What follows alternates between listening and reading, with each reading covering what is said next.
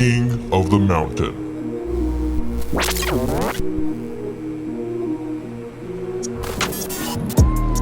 Welcome to the first King of the Mountain tournament here in the 2020 season on the 3D Botmaker Diecast Racing League. Builders from around the world have modified and sent in their cars, all with one purpose in mind, to be the King of the Mountain.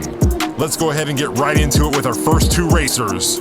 We have Say Cheese versus the Dollar General Levo. Zoe C will be driving in Say Cheese. It's a Monte Carlo NASCAR weighing 114 grams. Driving the Dollar General Levo is the 2018 King of the Mountain, Terry Hill. He is, of course, driving in his signature 2008 Lancer Evolution, weighing in at 106 grams. You know, based on the qualifying, Zoe C does not have a chance in this race. I'm sorry. Yeah, just look at Terry Hill way out in front. And I know the fans are wondering, wasn't that car orange when it first raced? Yes, it is a color shifter. When it first took the track, it was a little cooler out here. Now that warm California weather is really kicking in. Speaking of kicking in, Terry Hill starts off this race with an impressive time, 16.190 seconds. Uh-oh. I'm not quite sure what happened to Zoe C, but she is flipped over on that last corner. I think it's pretty safe to say this race is probably over and done already. Hey, you never know when it comes to King of the Mountain, but yeah, it's over. There also seems to be a change to the General Levo's roof. What's going on with that? Yeah, Terry Hill was so fast in the qualifying round, he actually picked up a sponsor, Dollar General. Wow, so it had nothing to do with the... Nope, he just got a sponsorship. Also, mention Terry Hill's name at checkout when you're at Dollar General the next time. Oh, cool. Is there some kind of discount? No. And there goes Terry Hill flying through with the Dixie horn as he picks up his win and advances on to the next round of King of the Mountain. Yeah, that really was not much of a race. Hopefully things will pick up as the night goes on. Yes, that was a solid performance, though, by Terry Hill. He had that bad wreck at the end of the qualifying race. Oh, yeah, the worst wreck we've ever seen. Yeah, if you haven't seen it, make sure you go back and watch that video. Okay, let's keep this party going. Up next, we have Mr. Toad versus Bishi. Mickey Fumes will be driving in Mr. Toad. It's a Lamborghini Gallardo, weighing 66.7 grams. His car's on the lightweight side, but he did get a 17.3 second time in the qualifying round. You can't judge a car on its weight alone. 213 Racing is driving in the Bishi. It's another 2008 Lancer Evolution. This one weighs 88 grams. The Mitsubishi Lancer Evolution seems to be the car of choice when it comes to the King of the Mountain. 213 Racing out in the lead. Mickey Fumes right on his tail. He's losing it. Mickey Fumes is gaining it. Passes on the outside. Amazing pass by 213 Racing, and he picks up his first win. Oh, yeah. Now that's what I'm talking about. That right there is what King of the Mountain is all about. Mickey Fumes takes the win. Picks up a 17.830 track time. Meanwhile, 213 Racing was left out to dry on the side of the track. Let's take one more look at that pass. I don't know what happened to 213 Racing's car, but right there he lost control. And just look at Mickey Fumes with that amazing pass in that Lambo. I think that may be the first time we've seen a driver pass like that on the last corner in this entire season. Hey, this is King of the Mountain. These are modified cars. This is tournament time. This is when things really heat up. Mickey Fumes and Mr. Toad starting on the inside lane this time. If he can win this race, he'll be moving on to round 2. Mickey Fumes off to an early lead. 213 not far behind. Here they go around the first corner. 213 Racing passes in the Bishi. Mickey Fumes now trying to catch up. Let's see if 213 can control his car right here. They're going to the last corner. Mickey Fumes not far behind. And it looks like this one's going to go to 213 Racing, driving in the Bishi. Another good race right there, and it's all tied up. 213 Racing has the faster track time with that 17.414 second time, so he will get the inside lane advantage on the tiebreaker race. You know, we finally got some good action here in the modified series. It seems like the Bishi has the speed, but the Lambo has the control. It's very smooth on the track. If Mickey Fumes can take this right here, that's going to be a real upset. Here they go side by side on the track. It's a very close race. Mickey Fumes out with a slight lead. 213 Racing pulls ahead. Mickey Fumes isn't far behind. He's closing in. Let's see if he tries to pass. Whoa, right there. 213 almost lost it. It's a close race around the last corner. 213 Racing pulling ahead, and he will take the win and advance on to the second round of the first King of the Mountain tournament. Wow, that was a great race. I hope we see some more like that tonight. Let's go ahead and take a look at the replay. Tonight's replay is brought to you by Dave Akers Customs, custom cars and custom dioramas. All of the parking lots you see on this track, as well as the King of the Mountain bracket, were made by Dave Akers Customs. You know what they say, if it wasn't made by Dave, it was made by someone else. You know, I feel like that last part of the statement is just don't mess it up. Unnecessary. Just read the script. Obviously, if it wasn't made by him, it was made by someone If you're else. going to do this every time, I'm not going to invite you back on the show. Okay. Coming up after the break, Doc Brown returns to Race Mountain.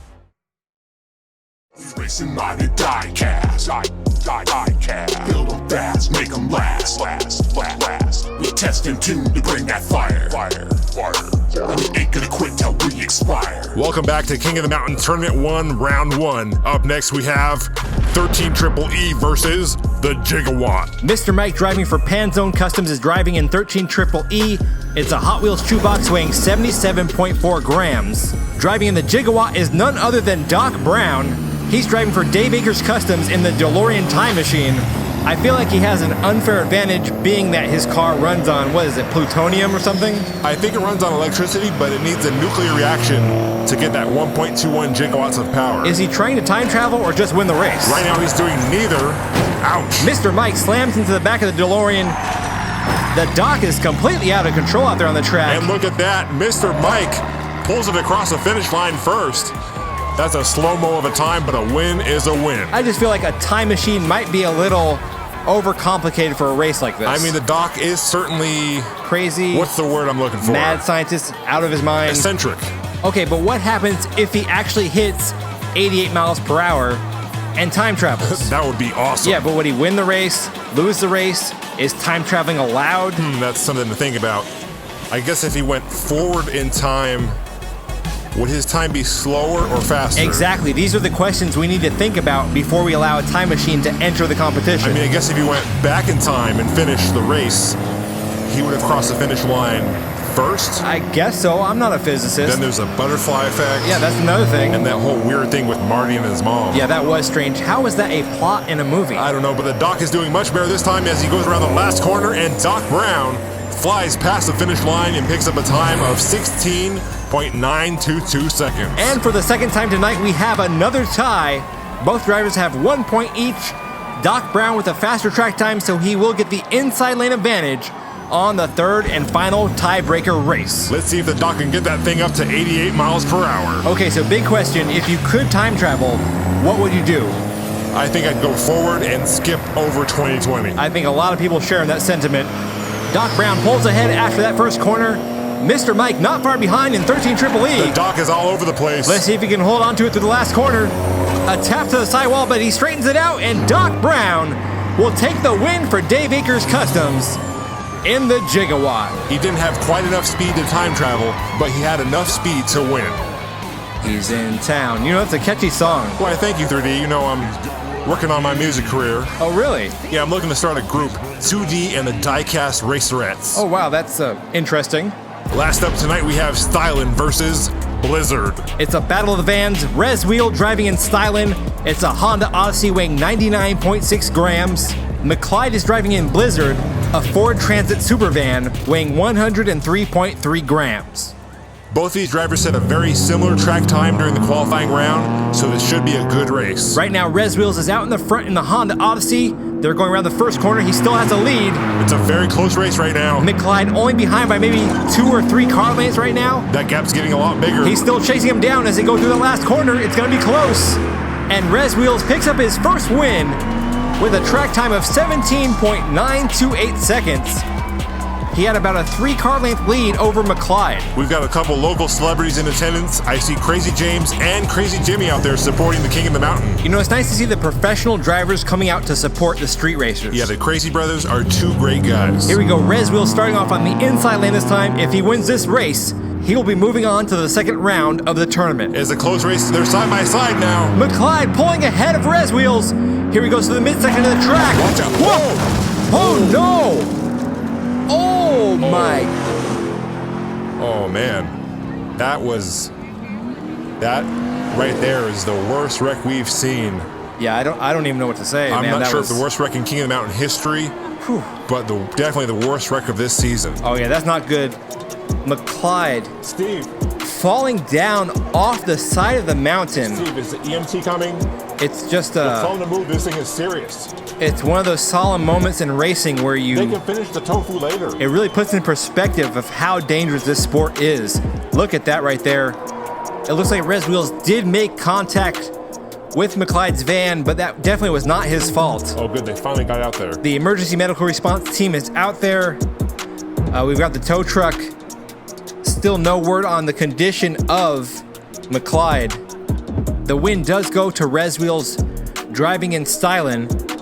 And speaking of stylin', check out the 3D Bot Maker merch store. Dude, is it really the right time to be doing that? I mean, we gotta eat, right?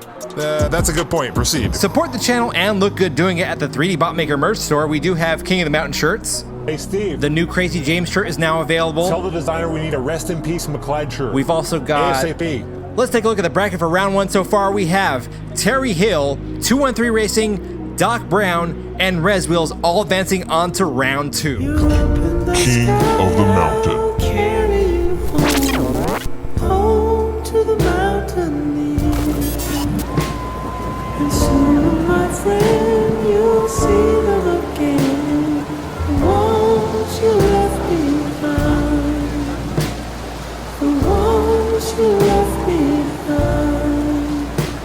And I'll sing for you all the way home. Tonight starting off in a solemn mood as the drivers pay respect at the site of that horrific accident. McLeod wasn't just another race car driver. He drove a van. But why does it feel like home isn't home? I've been in this war too long. It's in the air that I breathe, oh, it's in the trees. It shivers down my spine. It shivers down my spine. I just sing my song as I walk through the gate.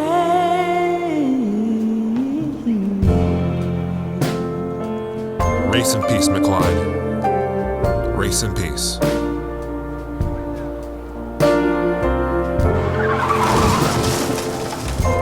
Also, if you want to hold the memory of McLeod close to your heart, literally, we have shirts available. Looks like the weather has cleared up for racing tonight. Maybe a sign from McLeod looking down on the track tonight. You know what? Let's do this for McLeod. Yeah, I like that. For McLeod. Midnight Terror number 2 versus La Verde. We've got Nero62, no stranger to King of the Mountain, driving in the Midnight Terror number 2. It's a 69 Chevelle tuned edition weighing 99 grams. He's going up against El Nervo in La Verde, driving for the French team. It's a Morris Mini weighing 97 grams. Both of them are very similar in weight, but once again, weight is not everything. Look at Nero62 already with a big lead going around that first turn. Nero62, definitely one of the veteran race car drivers in this tournament. He was the 2019 champion in the stock tournament series. And there he goes flying past the finish line. Nero62 showing you how to get it done on the track. That's a solid time right there, 16.740 seconds. And El Nervo has fallen off of the track. Not a good start for the French team. Yeah, that car was flown in all the way from France to race in this competition. So a big bonjour to all of our fans out there in France. Yeah, we've got a lot of international participation this year. Cars sent in from Canada, the UK, Australia, New Zealand, Singapore, France. Each and every one of them sending their cars in to watch it lose to Terry Hill. I don't know about that. Come on, man. Terry Hill is back. He is a strong competitor, but there are some other fast drivers out there. That's true. Look at Nero62. Uh-oh, he's going sideways. Watch out. And boom goes the dynamite. El Nervo slamming his way past the finish line. What a finish. I'm not quite sure who won that. That was really close. We're going to have to go to the replay. That race was all Nero62 up to this last point. He hit the sidewall, then spun out. Then here comes El Nervo. Wow, that's close. I think it might have gone to El Nervo. Yeah, I couldn't really tell. Let's take another look from a different angle. Here comes Nero62. I don't know. Wow, that didn't help very much. We're waiting for the official decision. I think it was El Nervo. And they're going to give it to El Nervo. You know, we really need a better slow motion finish line camera right there. Yeah, that's true. These races have been so one-sided. We really haven't needed it up to this point. Both drivers have one win each. Nero62 with the faster track time, so he will get the inside lane advantage. on the third and final race. I think Nero 62 has this one in the bag if he can keep that Chevelle under control. If El Nervo takes it, it's going to be a major upset. I know the French are on the edge of their seat right now. Nero 62 ahead by about 2-3 car lengths. That gap's getting bigger. A lot of people didn't think that tuned edition of the Chevelle would do good on the track, but Nero 62 clearly knows what he's doing. Here he comes down the final stretch, and Nero 62 will be advancing on to the second round of the first King of the Mountain tournament. Nero gets another sub 17-second time. Now. Whoa. Do they drive backwards in France? No, I don't think so. Oh, that's right. I think that's in Australia. Yeah, I don't think that's how it works. I'm pretty sure it does. Let's move on to our next group of drivers. Shelby's Peace and Love versus Battle Cat. Meow. What was that? I just thought I'd add a little extra flair. Yeah, let's not do that. Shelby Mays driving in Shelby's Peace and Love. It's a Shelby Cobra Daytona Coupe weighing 66.9 grams. Thunder is driving in the Battle Cat. It's a Hot Wheels Rally Cat weighing 88.5 grams. Shelby Mays, one of the faster qualifiers going into this tournament, and yet the car only weighs 66 grams. I mean, look at it right now. We always have people saying, weight always wins, but whoa. Shelby Mays upside down on a roof as Thunder passes. Wow. And it looks like Thunder's gonna bring it in for an easy win with a track time of 18.248 seconds. A tough break for Shelby Mays. She was off to a strong start, but lost it coming out of that second turn. Shelby Mays is driving for Mike Mays Customs. Let's take another look at what happened. It was looking really good right here for Shelby Mays. A big lead over the Battle Cat. And right here, front left tire clips that side wall and just flips that car over. Some great driving by Thunder, avoiding another potential disaster right there. A big shout out goes to Speedy Ease Towing for getting these cars back on the track. Here we go at the start of the second race. Thunder in the Battle Cat has one win, one more, and he'll be advancing on to the second round. Shelby Mays once again out in the lead. Keep in mind there's a 21-gram difference between these two cars. Shelby has the lighter car. Let's see if she can make it through the section of track. Looking good so far. Shelby Mays rounds the final corner and heads straight to the finish line. That was a big win over the Battle Cat. That's going to put her right back in the game. Hey, whoa. That's not right. Thunder clearly not happy about losing that race, but this is not a demolition derby. Well, his car looks like it's made for one. Hey, save it for the track, Thunder. Shelby Mays has a faster track time, so she will get the inside lane advantage on the third and final race. Here we go.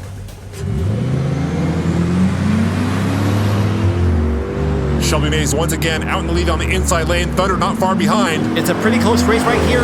Shelby is stretching her lead going into that second corner. That car's got some serious speed. If she can make it clean through this last corner, it's all hers. Uh-oh. A side tap on the wall, but Shelby recovers, and she will be our first female driver advancing on to the second round of King of the Mountain. And there goes the Shelby Mays song.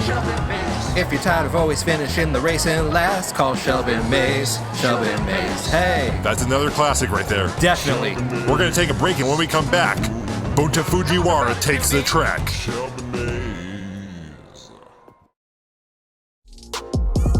Tune in up. We can't get enough. Need for speed. Get ready, go for green. 3D bot maker got tired and broke. Modify racing from coast to coast. Pull up to the lot, and you already know this is fat track racing. This ain't no joke. Stretch it out, swap the wheels.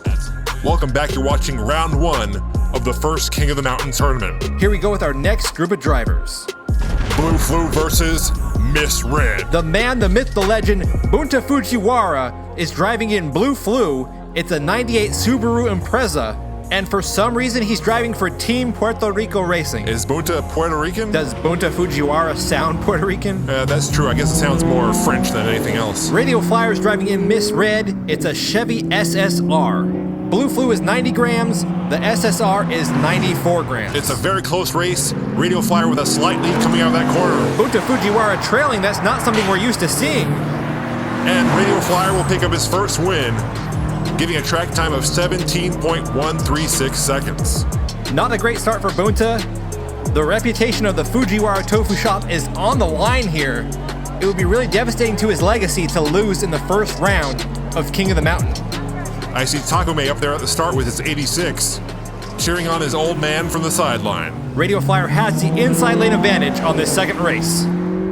Both cars side by side. Bunta Fujiwara taking the lead going into the first corner. A very close race. Bunta holds on to his lead coming out of that corner. He's got a decent sized gap now between him and Radio Flyer. If he can make it around this corner clean, he's got this. There he goes. And Bunta Fujiwara takes the win on the second race. Bunta gets a track time of 17.598 seconds. That means Radio Flyer will have the inside lane advantage on the third and final race. Man, this is intense. I need some tofu. I think we have to wait for Bunta to come back to the shop. Both of these cars are pretty evenly matched. As usual, it's going to come down to control, but I do believe that Bunta's Impreza has a slight speed advantage. Well, if experience is important, I can't think of anyone more qualified than Bunta Fujiwara. Yeah, he is definitely a legend in mountain racing. Bunta once again with the lead going into the first corner. Radio Flyer not far behind. This is a close race as they go into the second corner. Hold on to it. Bunta having some problems there. Here he goes around the final corner. I can smell the tofu approaching as Bunta Fujiwara takes the win and advances on to round 2 of King of the Mountain. You know, I don't usually like to pick favorites in these races, but the man gives us free tofu. I mean, you can't fault somebody for cheering on Steve, a driver tell Bunta we need some more. who also makes amazing tofu. Let's move on to the last group of drivers for round 1. The Black Knight versus Tartan Titan. Andreas Jr. is driving in the Black Knight. It is an 81 Thunderburner. I know that sounds like Thunderbird, but it is not. It's a Thunderburner. It's Hot Wheels' way of getting around the licensing issue back in the day. So for everyone in the comments who wants to say that's not a 1981 Thunderbird, correct, because it's not a licensed Ford vehicle. KotM, on the other hand, is driving in a Ford. It's a 1970 Escort RS 1600. There's also a big weight difference between these two cars. The Black Knight, 114 grams. Oh! Well, you know what they say, the bigger they are, the harder they fall. Andreas Jr. rolling off the track as KotM picks up his first win with a track time of 18.330 seconds. Luckily, that was just a small hill. I'm just not ready for another memorial service. The Tartan Titan weighing 40 grams less, but look at how close that race was. Tonight's instant replay once again brought to you by Dave Akers Customs. Check him out on Instagram. That amazing garage you see in the background was all made by Dave Akers Customs. Remember, if it wasn't made by Dave, it was made by someone else. Who wrote this script? Captain Obvious? The drivers are back at the start for race 2. If KotM can win this one, he'll be advancing on to round 2. Andreas Jr. out there putting the pedal to the metal for Redline Salvage Inc. He's got a decent lead coming out of that first corner. Here they go into the second one. He's got some wobble. KotM falling way behind as Andreas Jr. approaches the last corner. This is where he lost it last time. And Andreas Jr. takes the win. But that car definitely has some alignment problems. Yeah, something is off there. His car is definitely pulling to the right. Andreas Jr. picks up a faster track time with that 17.768 time. That means he'll get the inside lane advantage on the third and final race. This is going to be interesting. The Black Knight certainly has the speed, but that alignment issue could mess it all up for him. Both the Redline Salvage Inc. team and Gen X Racing must be nervous right about now. Andreas Jr. taking advantage of that inside lane off to an early lead. KotM falling way behind. If Andreas Jr. can control that car through these last two corners, it's going to be all over. Here he goes to the last corner.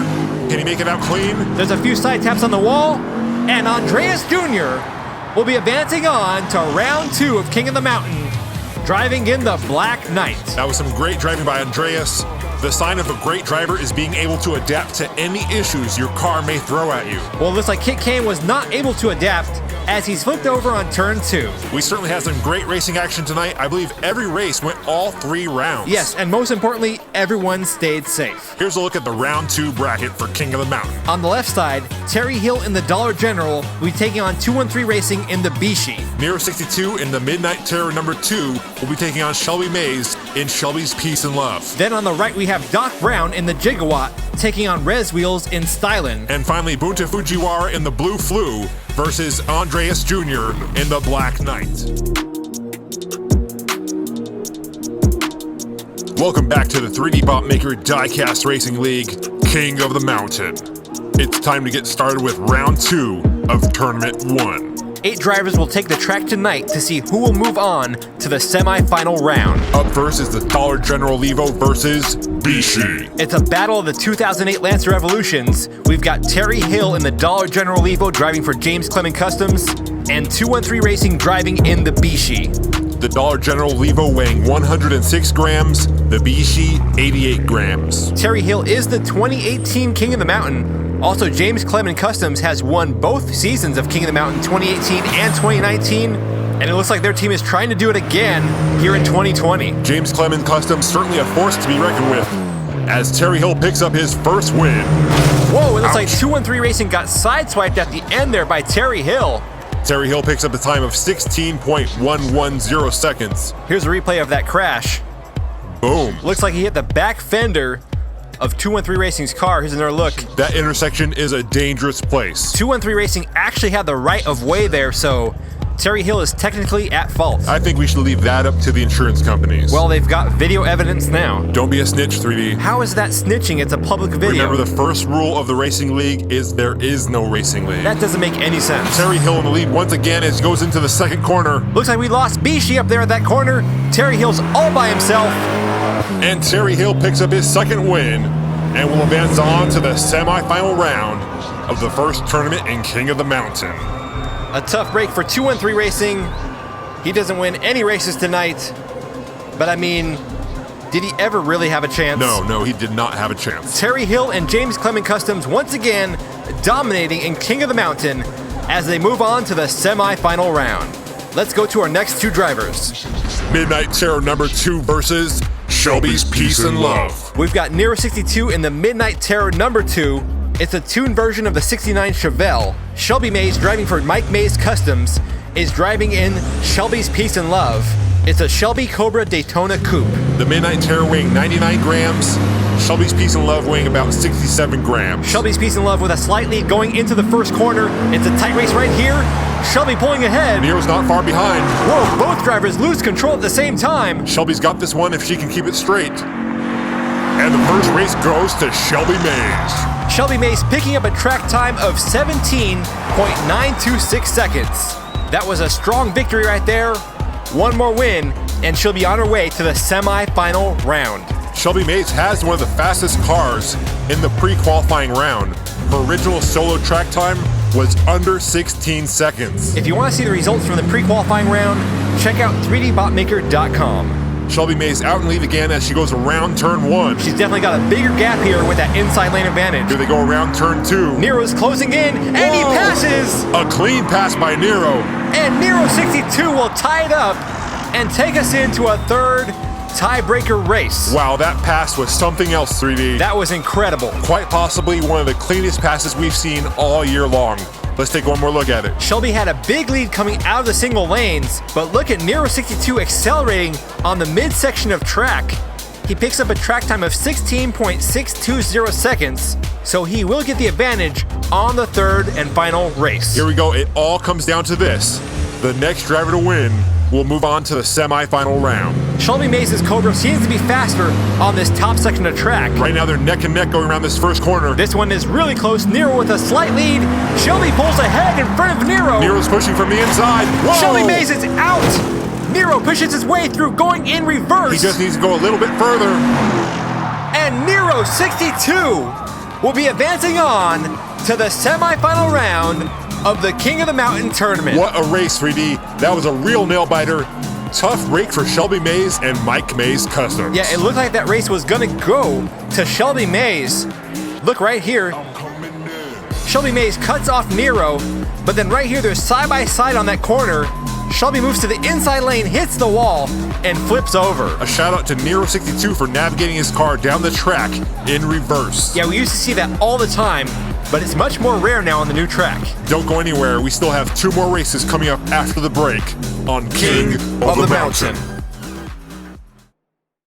So you have your wit just right. Do your wheel spin all night. Little paint, little graphite. Get your mind out on the track, fingers crossed that it takes flight. Everybody wants to be part of the scene. Everybody wants to build a lean and mean. So Welcome back to polish King of the those Mountain. and those wheels. Let's get started with our next 2 drivers. The Gigawatt versus Stylin'. Dr. Emmett Brown will be driving in the Gigawatt. It's a DeLorean time machine customized by Dave Akers Customs. Rez Wheels will be driving in Stylin'. It's a Honda Odyssey van. It's kind of ironic. Dave from Dave Akers Customs is known as the van guy, but here he is racing against a van in a car. Is it still considered a car if it has a flux capacitor? I don't see why not. It just seems a little overpowered for a street race. You can never have too much power in a street race. Whoa! Okay, maybe he has too much power. Doc Brown loses control, goes off track. Meanwhile, Stylin' passes him, and he will take the first win with a track time of 19.576 seconds. Doc Brown blew a pretty big lead back there. I'm telling you, the time machine is a little too much for this track. Let's take another look. Doc Brown started swerving on the corner, he gets his front end way off the side of the track, ends up spinning around. Meanwhile, here comes Rez Wheels, pushing his way through to victory. One more win and Rez Wheels will be moving on to the semifinal round. This time the Doc will be starting from the outside lane. If Rez Wheels pulls this off, it will be a pretty big upset. Yes, Doc Brown was the number 2 seed going into this tournament. Rez Wheels entered the tournament in 10th place. Doc Brown out in front again. Let's see if he can hold on to it. Whoa! Doc Brown goes off the track. I think he ran into the storage container. What happened to Rez Wheels? I don't know. Doc Brown spins it around as he heads to the finish line, and he will pick up his first win with a time of 22.280 seconds. A slow win, but he really did not need to go fast since Rez Wheels was out of the picture, wrecking over on turn 2. That's the second time Doc Brown has had trouble coming out of that turn. I'm not sure if that car has an issue pulling to the left, but I mean, look how far he went off the track. Well, if you're going to go off the track, you definitely want to go left and not right. Yes, we learned that all too well with McClyde. Race in peace, buddy. Race in peace. Here we go, final race. Rez Wheels on the right, Doc Brown on the left. Doc Brown certainly has the faster car, but he's having a lot of trouble controlling it. Rez Wheels with an early lead. Here they come around the first corner. Doc Brown pulls ahead going into the open lane. Let's see if third time's a charm. Oh, Doc Brown Again. loses it again. I don't know what's going on. Both cars are bumper to bumper right now. And Doc Brown will pick up the win going in reverse. I don't know what's going on with Doc Brown's car, but he got lucky tonight. Yes, he went off the track 3 times in the same spot, but somehow managed to win tonight's race. Here it is again. He bounces off the outside wall, gets his front end up there in the grass. That spins him around. Rez Wheels was trying to find a way to pass, but he ends up running into the bumper of the Gigawatt. And there you have it, Doc Brown, driving for Dave Akers Customs, will be moving on to the semifinal round in the Gigawatt. It's time for our last 2 drivers. Blue Food versus the Black Knight. Bunta Fujiwara, driving for Team Puerto Rico Racing, is driving in the 98 Subaru Impreza. Then we've got Andreas Jr. driving for Redline Salvage Inc. He's in the Hot Wheels Thunderburner. As part of commentator ethics, I don't usually like to pick a favorite, but I've got to pull for my man Bunta. Same here. His tofu is delicious. If you want something yummy late at night, come to the Fujiwara Tofu Shop. It's located at the bottom of Race Mountain. We've got some paint swapping on turn 2. Bunta moving way ahead now. Here he comes rounding the last corner to the finish line. And Bunta Fujiwara will pick up his first win with a track time of 17.292 seconds. That was a close race going into turn 2. Let's take another look. Right here, Bunta with a slight lead. Andreas Jr. trying to advance going into that open section of track. Bunta Fujiwara blocking going around that corner, and that gave him the big boost he needed to take that race. One more win and we get more free tofu.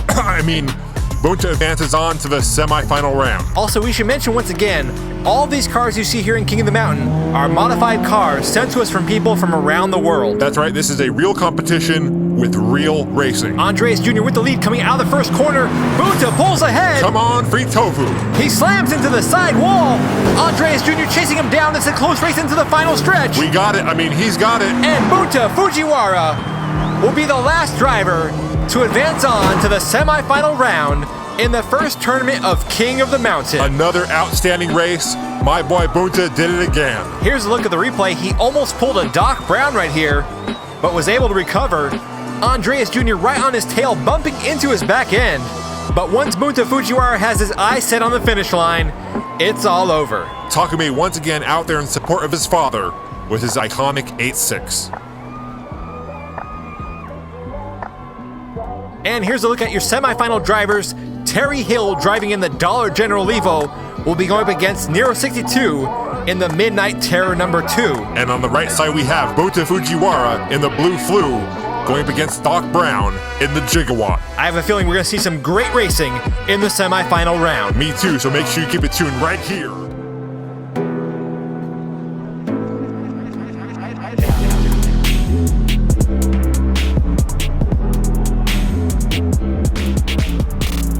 Welcome back to the 3D Bot Maker Diecast Racing League.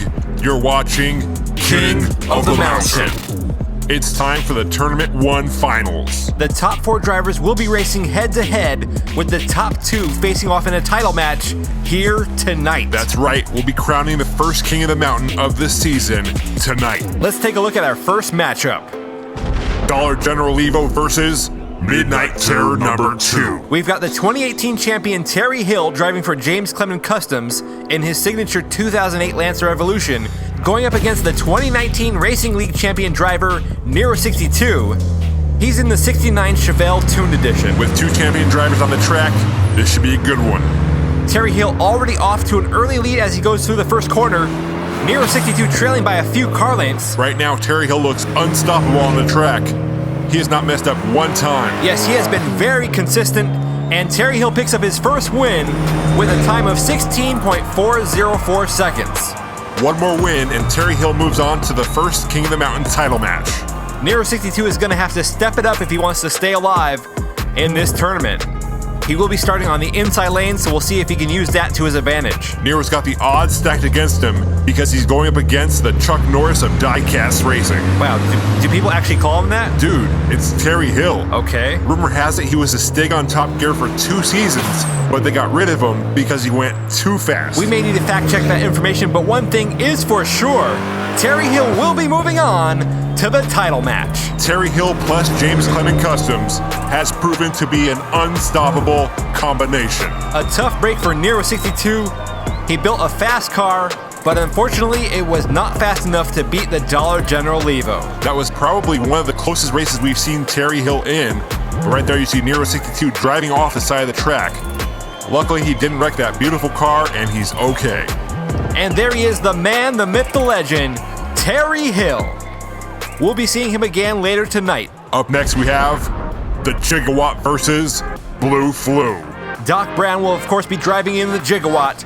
It's a Hot Wheels DeLorean time machine weighing 105 grams, coming to us from Dave Akers Customs. Remember, if it wasn't built by Dave, it was built by someone else. Which is exactly the case for Bunta Fujiwara's car. He's driving in the 98 Subaru Impreza weighing 90 grams. Bunta Fujiwara, definitely a fan favorite here at Race Mountain. That's right, if you want something yummy late at night, come to the Fujiwara Tofu Shop, located at the bottom of Race Mountain. Mention King of the Mountain for a free cup of water. A close race between Bunta Fujiwara and Doc Brown.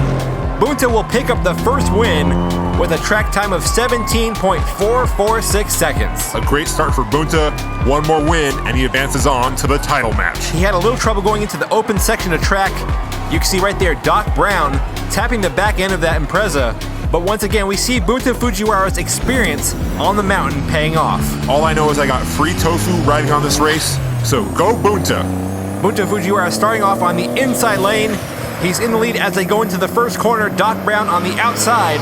Here they go into the open section of track. It's a close one. Doc Brown slams into the side of Bunta's car.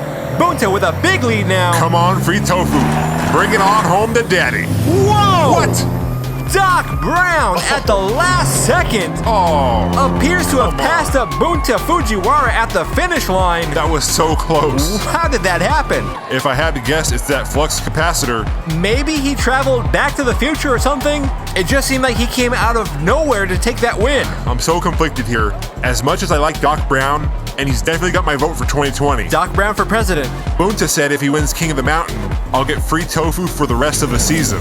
So I gotta go with the tofu. That's understandable. Have you tried it with the Fujiwara sauce? Dude, it's to die for. Or should I say, it's to McClyde for. Seriously? What, too soon? Way too soon. Oh, okay, sorry. Come on, have some respect. I'm trying to sell t-shirts here. We've got another close race between Bunta Fujiwara and Doc Brown. Bunta in the lead. Doc Brown on his tail as they go through the last corner. Here they come. Here they come to the finish line, side by side. Action through the finish line. That was close. That was such a close race. I don't even know who won.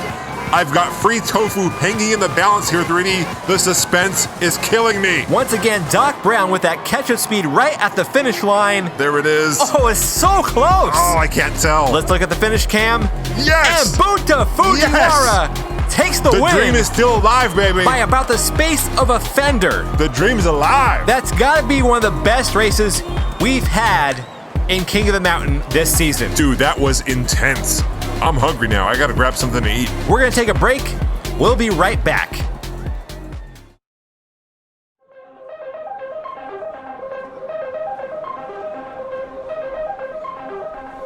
Welcome back. You're watching the 3D Bot Maker Diecast Racing League's King of the Mountain. It's time for what you've all been waiting for, the main event! Main events. Terry Hill in the Dollar General Evo versus Bunta Fujiwara in the Blue Flu. Terry Hill will be driving in his signature Hot Wheels 2008 Lancer Evolution, weighing 106.1 grams. He's representing for James Clement Customs. So far, this car is undefeated. Terry Hill has not lost a single race this season. Bunta Fujiwara is driving in the Hot Wheels 98 Subaru Impreza 22B STI. His car weighs 90 grams, and he'll be representing for Team Puerto Rico Racing. What he lacks in speed, he makes up for with experience. King of the Mountain. This is a title match, so the first driver to win 3 takes the crown. There's a lot on the line in this race, mainly the right to be called the King of the Mountain. And the tofu. Well, yeah, of course that too. Terry Hill off to an early lead around that first corner. Right now there's a big gap between him and Bunta Fujiwara. Here they go around that second corner. No mistakes by Terry Hill yet. And he's going straight to the finish line to pick up the first win with a track time of 16.102 seconds. Man, so far it is not looking good for Bunta Fujiwara. Well, he is going up against the Chuck Norris of Diecast Racing. That's very true. Rumor has it, all the Fast and Furious movies were based on Terry Hill's real-life events. Come on. With the exception of Tokyo Drift. Ah, yes, Tokyo Drift. Yeah, I just want to make sure that was clear. Bunta Fujiwara starting off on the inside. It's a close race this time going around that first corner.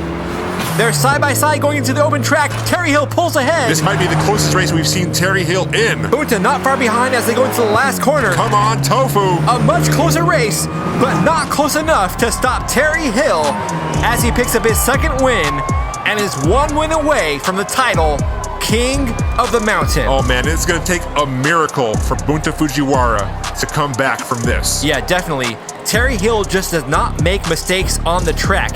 He might hit a sidewall here or there, but it really doesn't come at the cost of any speed. Well, I'm keeping hope alive for a Tofu miracle on Race Mountain. Go, Bunta, go. This is it. It is race point for Terry Hill. He's on the inside lane. One more win, and we'll be crowning the first King of the Mountain of this season. Here they go.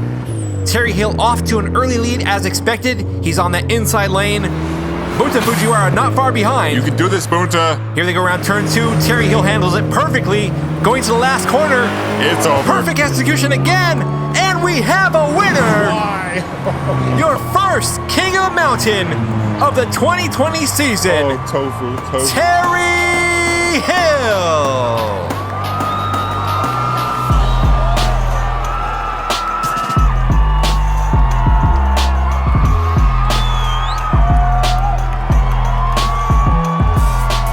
Standing out with the champion himself, Terry Hill, your first King of the Mountain of the season, driving in the Dollar General Evo for James Clement Customs. Amazing driving by Terry Hill.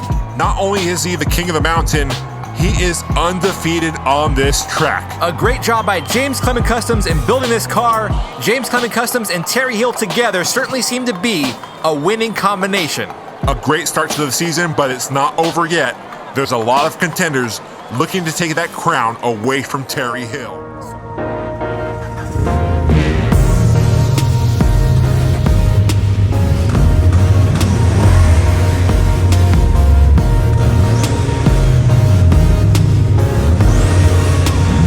So you wanna be the king Of the Mountain.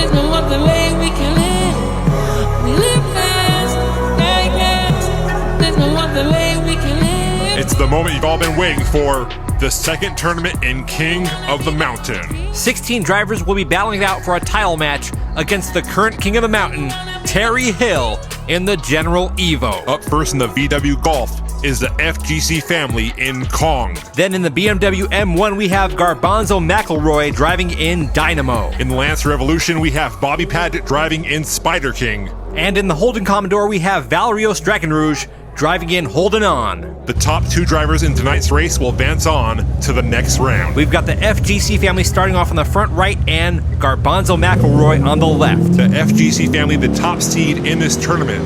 They qualify with a track time of 16.9 seconds. And they're already off to a good lead going into the open section of track.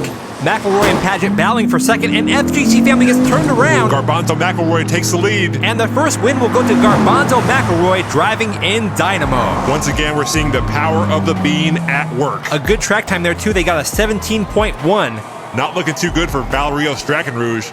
He gets stuck over by the lake. The FGC family blew a pretty nice lead right there. They got spun around coming out of that corner, and that opened the door up for Garbanzo McElroy. With driving like that, he's lucky he didn't fall off the ridge of the mountain. And here we go at the start of the second race. Garbanzo McElroy out with an early lead. He's followed by the FGC family. They're close behind. It's a close race for first. McElroy only ahead by about 1 or 2 car lengths. Here comes Paget and Dragonrouge. The FGC family not letting up. They're trying for the pass, and they wreck. Oh, down goes King Kong. They haven't earned the name King yet. Garbanzo McElroy picks up his second win in Dynamo. Valerio Strackenrouge takes second, and Bobby Paget takes third. It is not looking good right now for the FGC family, the number 1 seed in this tournament, but they've only got 3 points with 2 races in. They were looking for a chance to pass the entire race. They went for it on the final corner, but it did not pay off. And look at that track time set by Garbanzo McElroy, 16.92 seconds. That's a fast time. It's almost as fast as the FGC family's time in the qualifying round. Here we go, Dragonrouge starting off in the front right, Bobby Paget on the front left. Bobby Paget off to a good start. The FGC family once again right in second place, looking for a way to pass. That car is small but quick. They're going for it. Whoa! Oh my goodness! The FGC family almost did a McClyde. That was close. Here comes Bobby Paget. Oh, he's stuck on the side. What is going on here? It looks like this race has come to an end, and we're gonna have to restart this one. I'm just relieved no one went off the side of the mountain. Yeah, that was a little too close. We've got Bobby Paget stuck on the side of the track. The FGC family got turned around right here. Where are the other two? There they are. Garbanzo McElroy upside down on his lid, and Valerio Strackenrouge stuck right behind him. Here's another look at that failed attempt to pass. Wow, that looked like some dirty driving by Bobby Paget in the Mitsubishi Evo. Yeah, that was a hard right turn into the FGC family's car. I mean, I understand not wanting someone to pass, but there's a family in that car. Yeah, do you think it's the whole FGC family in that car? I imagine so. I guess that's one way to bring the weight up. Here we go with the restart of race 3. Once again, Dragonrouge and Paget will be leading us down the track. You mean Dirty Paget? Yeah, that went a little beyond just normal aggressive driving. Dirty Paget in the lead. The FGC family not letting up. They're right there in second. Paget swerves out of control. The FGC family makes contact. The FGC family looking for payback on the track. Dirty Paget pulls way ahead now. And the third race will go to Dirty Bobby Paget in the Mitsubishi. Whoa! Come on, now he sideswipes Dragonrouge. Yeah, what's this guy's problem? Come on, where's the ref? Well, this is street racing, so there's not a whole lot of rules. Here's another look at that race. The FGC family just trying to find some way around that Evo, but they just could not get it. That's a shame. I was hoping they would get some revenge on Bobby Paget. Well, in the next race, those two will be starting off in the front row, so the FGC family will have their chance. Right now, Garbanzo McElroy is in the lead with 13 points. Bobby Paget is in second place with 9. Valerio Strackenrouge with 5, and surprisingly, the FGC family is all the way at the bottom with 4 points. Wow, I did not expect to see them so low on the points board. Right now, it looks like Garbanzo McElroy and Bobby Paget will be the ones advancing on to the next round. The FGC family and Paget side by side. This is FGC family's chance for payback. They're swapping paint. Paget goes for the pass on the inside, but he ends up on the side of the road. FGC loses control. It's the FGC family and Garbanzo McElroy making their way to the finish. And the FGC family will take the win on the last race, followed by Garbanzo McElroy and Valerio Strackenrouge. And would you have a look at that? Ha! Payback, son. I guess one right turn deserves another. This time it's Bobby Paget who gets pushed off the side of the road for trying to pass. And look at that score. We've got a tie between Bobby Paget and the FGC family. Oh wow, this rivalry is not ending anytime soon, is it? Oh yeah, you know what that means. They're going head to head. Look at that, the FGC family almost tipping that car over again. They managed to hold on to it and took that VW all the way to the finish line going in reverse.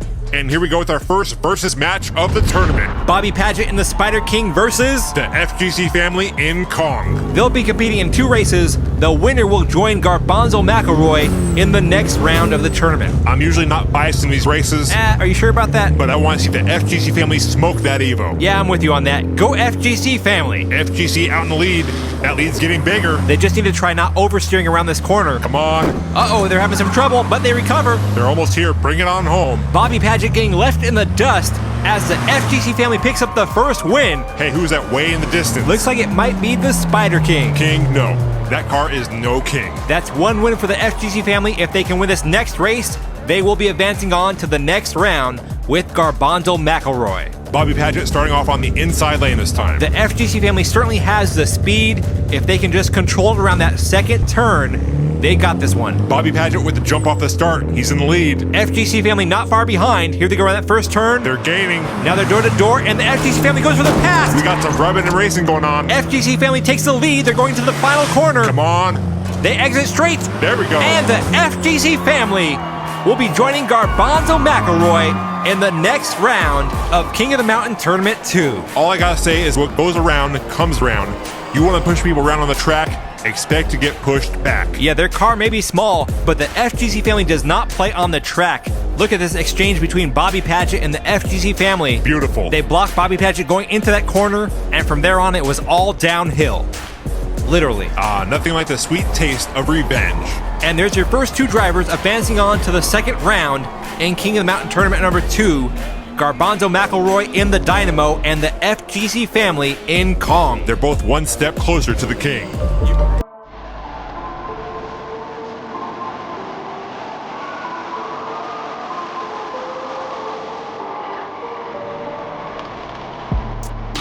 Welcome back to the second tournament of the season in King of the Mountain. We had a lot of great action in the first race. I can't wait to see what happens in this one. We have two drivers who've already advanced on to round 2, Garbanzo McElroy and the FGC family. Driving in today's race, we have T. Lamont in the Executioner, Speedy Canuck in the Hell Flurry, CJ driving in Jerry Rig, and Gus Greenfield driving in Busted Luck. Ah, yes, good old Busted Luck. Busted Luck got a free ride into this tournament based on an error that we made. Susan made. Hey, remember what we learned in our team building course this week? There's no you or I in team. Exactly, so we made the mistake. Technically, there's no we in team either. This is exactly why we have to have those courses in the first Look place. at that, T. Lamont out to an early lead. T. Lamont is the number 2 seed in this tournament. He's followed by CJ and Speedy Canuck. Gus Greenfield all the way in the back. Exactly where he should be. Whoa! What in the world was that? T. Lamont crashes into a car on the track. That looked to me like CJ's car, and it is. But how did he get down here on the track? T. Lamont was in the lead the whole time. Is there a shortcut we don't know about? I don't know. We're going to have to look at the replay on this one. T. Lamont does pick up the win, and Busted Luck is wrecked over on turn 3. Busted Luck once again, living up to his name. Keep your eyes on the gray car. That is CJ. Oh, he's off the side. Whoa! Ooh, it looks like he took the McLeod shortcut. May he race in peace. Race in peace, McLeod. Here's a look from a different angle. Oh yeah, he tumbles right off the side of the cliff. Wow. He does land on the higher part of that hill, so it wasn't as big of a drop as it could have been. Yeah, but then right after he lands, he gets slammed by the Executioner. Yeah, T. Lamont putting the nail in the coffin right there. Kicking a man while he's down. In his defense, he did not have much time to react at all. Look at that. Yeah, he was already in top gear, headed towards the finish line. The Team Puerto Rico medic is out there on the track, checking on the status of CJ. We're still waiting to see if he's going to be able to continue in the race. I sure hope he's okay. I'm getting some McLeod vibes here. All drivers are now required to wear a 5-point safety harness. That was a new rule after the McLeod incident. Look at T. Lamont. Nothing was going to stop him from getting to that finish line. And look at that. He's still got a 17.6 second track time. Yeah, that Chevy Nova he has is a beast. And it looks like CJ is okay. He's just a little shooken up. The real question is his car okay? His team is giving him the green light to continue, so I guess so. Here we go at the start of race 2. Right now we have T. Lamont in the lead, followed by Speedy Canuck. Speedy Canuck starting off on the front right and Gus Greenfield on the left. Gus Greenfield slowing down CJ. I imagine CJ must be eager to prove himself on the track after that fall. T. Lamont going for the pass. Some paint swapping there. Speedy Canuck comes out on top. T. Lamont is not letting up. T. Lamont looking for the kill. And Speedy Canuck will pick up his first win driving in. Whoa! Ouch. CJ cannot catch a break today. First he falls off the hill, gets hit, and now he gets hit again. That busted luck must be rubbing off on him. Meanwhile, another strong performance by T. Lamont and Speedy Canuck. They are both tied with 8 points. Just look at this exchange between them on turn 2. Speedy Canuck goes high on the turn, T. Lamont trying to pass on the inside, but the Hell Flurry was able to hold him off. T. Lamont chasing him all the way to the finish line. And hey, look at that, Gus Greenfield in 3rd place right there. Not too shabby. Like I said, I think his busted luck rubbed off on CJ. Yeah, the way this is going so far, I think CJ maybe should just sit this race out. Here we go at the start of race 3. We have Gus Greenfield on the front right and CJ on the front left. Oh boy, Gus Greenfield and CJ in the front. Who knows what's going to happen on this one? CJ out to an early lead. T. Lamont behind him in 2nd place right now. It's a close group. Here they go into turn 2. CJ ahead by about 1 car length. T. Lamont looking for an opening. Here they go into the final corner. CJ still in the lead. T. Lamont hits him. Here we go. They're fighting for it all the way to the finish line. And CJ. Oh my goodness. Oh man. Not again. Wow. CJ picks up the win, but just gets totaled at the finish line. There is no way he does not have a concussion at this point. Well, I hope not, but I mean, he has had a rough time on the track today. Here's another look at that finish. CJ and T. Lamont battling it all the way to the checkered flag. T. Lamont was trying to push him out of the way, but CJ was not going to give up. Looks like Gus Greenfield had a little something to do with that wreck at the end. Let's see it again from another angle. Here they come. Boom goes the dynamite. And here comes Speedy Canuck to finish him off. Was that a chip of paint flying in the air? I think so. Let's just say that the condition your car comes into King of the Mountain is not the same condition it goes home in. And here we go with the last race. T. Lamont in the lead with 11 points, Speedy Canuck with 9, CJ with 6, and Gus Greenfield with 4. CJ and T. Lamont side by side. T. Lamont pulling ahead into the open section of track. Here they go through turn 2. T. Lamont still in the lead. CJ currently in 2nd. I don't think this is going to be enough. And T. Lamont will pick up the win on the 4th and final race. He will be advancing on to the next round, and he's going to be joined by Speedy Canuck, who makes it through by 1 point. Wow, looking at the score, if CJ didn't wreck on that first race, he probably would be the one advancing and not Speedy Canuck. He should just be happy that he's still alive to race. Yeah, that's true. T. Lamont showing himself to be a dominant driver in this race and a top contender to win this tournament. Yeah, with a name like the Executioner, I'd be scared to go up against him in round 2.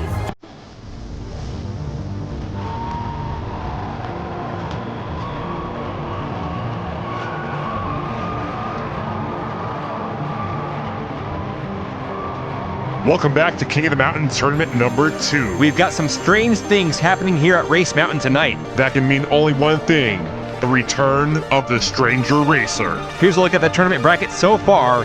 4 drivers have already advanced on to round 2. Here's a look at the 3rd group. Timmy Vincent is driving in the Audi House. We've got Matt A in the F-50.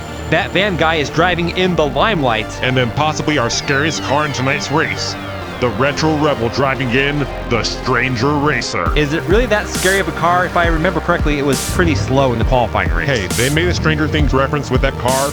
I'm just going with it. Fair enough, but they should have used Billy as a driver. Well, they probably would have. Whoa, don't spoil the series for anybody. Good call there. I almost told everybody that Billy ended up. And look at that, a close race between Timmy Vincent and Matt A. They're side by side. Whoa!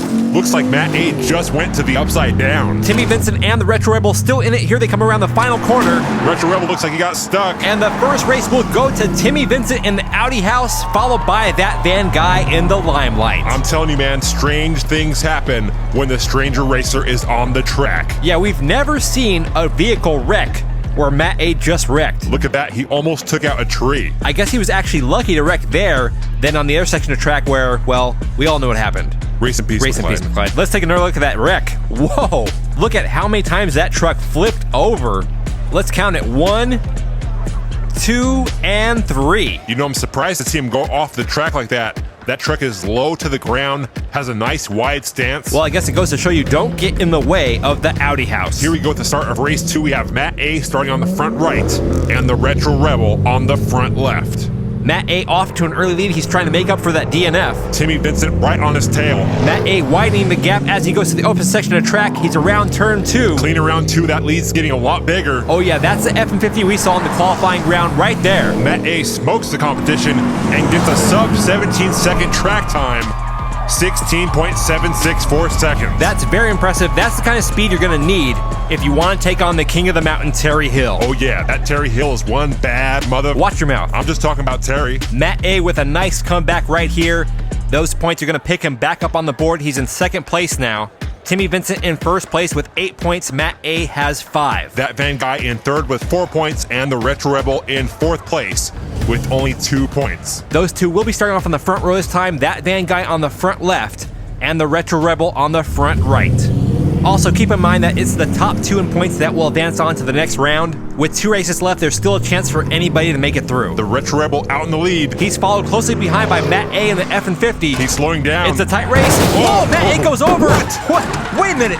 What the? Whoa. Wait, he's still going. What? My brain is still processing what happened there, but Matt A somehow That was crazy. flipped his car over and takes the win. Yeah, that right there might be the recovery of the year. Yeah, I mean, how do you flip your car over twice in a race and still end up in first place right now in points? I think the other drivers are just as shocked as we are. We've got to take another look at that. Here he comes down. He's in second place behind the Retro Rebel. That Van Guy pushes him over. He ends up back on his wheels, gets a nudge from behind by Timmy Vincent. Here it is again. You know what Matt A's problem is? He likes cutting people off on the track. Yeah, that seems to be a pattern. Let's see how he made it around the Retro Rebel. Right now he's in second. I think he got a slight nudge from that Van Guy. Yep, there it is. And right there he says, see you later, guys. I'm taking this one. I'm not sure if I should be impressed by Matt A or if he's just incredibly lucky. I think it may be a mixture of the two. That race right there is going to secure Matt A's spot in the next round. Second place is still up for grabs, but Timmy Vincent has a pretty big lead over that Van Guy. He's up by 4 points. Timmy Vincent starting off on the front left and that Van Guy on the front right. Timmy Vincent is a solid racer. I expect to see him do well right here. He is the number 3 seed in this tournament. And you can see why right here. He's out with a big lead. Whoa, Matt A almost flipped again. Matt A having some real steering issues tonight. Timmy Vincent rounding the final corner, and this one will go to Timmy Vincent in the Audi house. That means he will be advancing on to the next round of the tournament along with Matt A. Matt A blocking traffic for that Van Guy and the Retro Rebel. I think they need to check the steering on that truck for the next round. Yeah, he was all over the track tonight, including off the track. Here's another look at that final run by Timmy Vincent in the Audi house. Timmy Vincent, not the fastest tonight, but he still put on a good, solid performance. Yeah, it doesn't do you a lot of good to have a lot of speed, but you can't keep your vehicle on the track. And there you have it. Timmy Vincent and Matt A will be advancing on to round 2 of King of the Mountain Tournament 2. There's only one more round before the semifinals. Who's going to take the last 2 spots?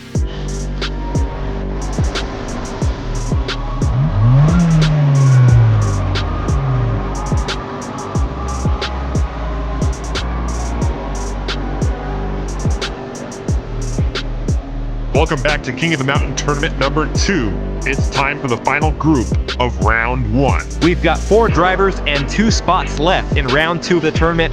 Who's going to take them? Driving today, we have Dom Drift King Woodley driving in the number 20 Dom's Tuner Shop. The LJ sisters driving in Goldfire Tsunami 2. Handy Rob Frontier in the Yakuza. And last and certainly least, Hey, come on. the windshieldless van. Are you sure about that? I guess I stand corrected. He has a windshield now. Yeah, Susan didn't like it either, so she made him go to the salvage yard and pick up a windshield. Well, good job to Susan, and I guess I can stop picking on Obi-Wan driving in Von Solo.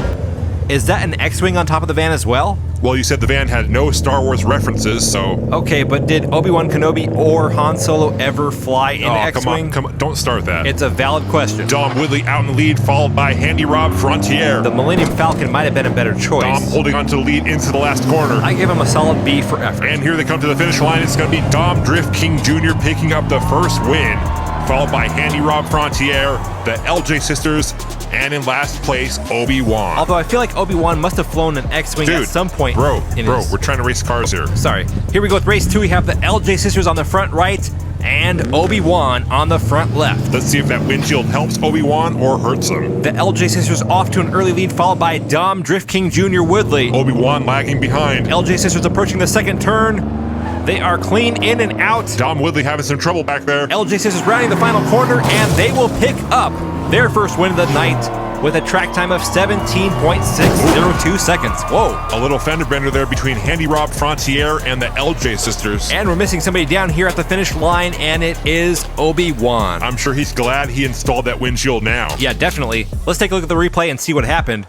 You can see Handy Rob got sideways there a little bit, pushing Obi-Wan up high on the turn, causing Obi-Wan to come crashing down. And then we have the LJ sisters completely ignoring the traffic sign. Hopefully they didn't cause any damage. Here we go at the start of race 3. We have Obi-Wan starting off on the front right and Handy Rob Frontier on the front left. Dom Woodley, your current leader with 8 points, followed by the LJ sisters with 7 points. Handy Rob in third with 5 points, and Obi-Wan only has 1 point. I see what you did there. Obi-Wan surprisingly in the lead. Handy Rob Frontier having some trouble there. He gets sideways. Obi-Wan all by himself. This could be his chance. He's rounding the final corner, and Obi-Wan will pick up the win. Wow. Obi-Wan gets a track time of 19.2 seconds. He's followed by Handy Rob Frontier. Ooh, Handy Rob gives him a little bump there. I don't think he liked losing to that van. The LJ sisters are over on their side with Dom Woodley stuck behind them. A surprising race there. Let's look at the replay. Obi-Wan and Handy Rob were close. Handy Rob pulls to the right. You can see the LJ sisters also pulling right in front of Dom Woodley. That causes them to wreck. Handy Rob losing control coming out of that corner, and that left Obi-Wan all by himself to take the win. Here we go with the final race. Dom Woodley and Handy Rob Frontier in the front row, and those are your 2 leaders. They are tied with 8 points. The LJ sisters behind them with 7 points, and Obi-Wan with 6. Dom Woodley with a strong lead here, followed by the LJ sisters. The LJ sisters pushing, trying to pass. Whoa, Dom loses control. And down goes the LJ sisters. We've still got Dom Woodley and Handy Rob Frontier, and Dom Woodley will take the win. And he's followed by Handy Rob Frontier. That means those 2 will be advancing on to the next round. Looks like somehow the LJ sisters got back on their wheels. They're stuck over on turn 3 with Obi-Wan. Here's another look at that crazy race. Dom Drift King Jr. Woodley almost getting spun around. He gets hit by the LJ sisters, then they get hit by Handy Rob. That causes them to wreck.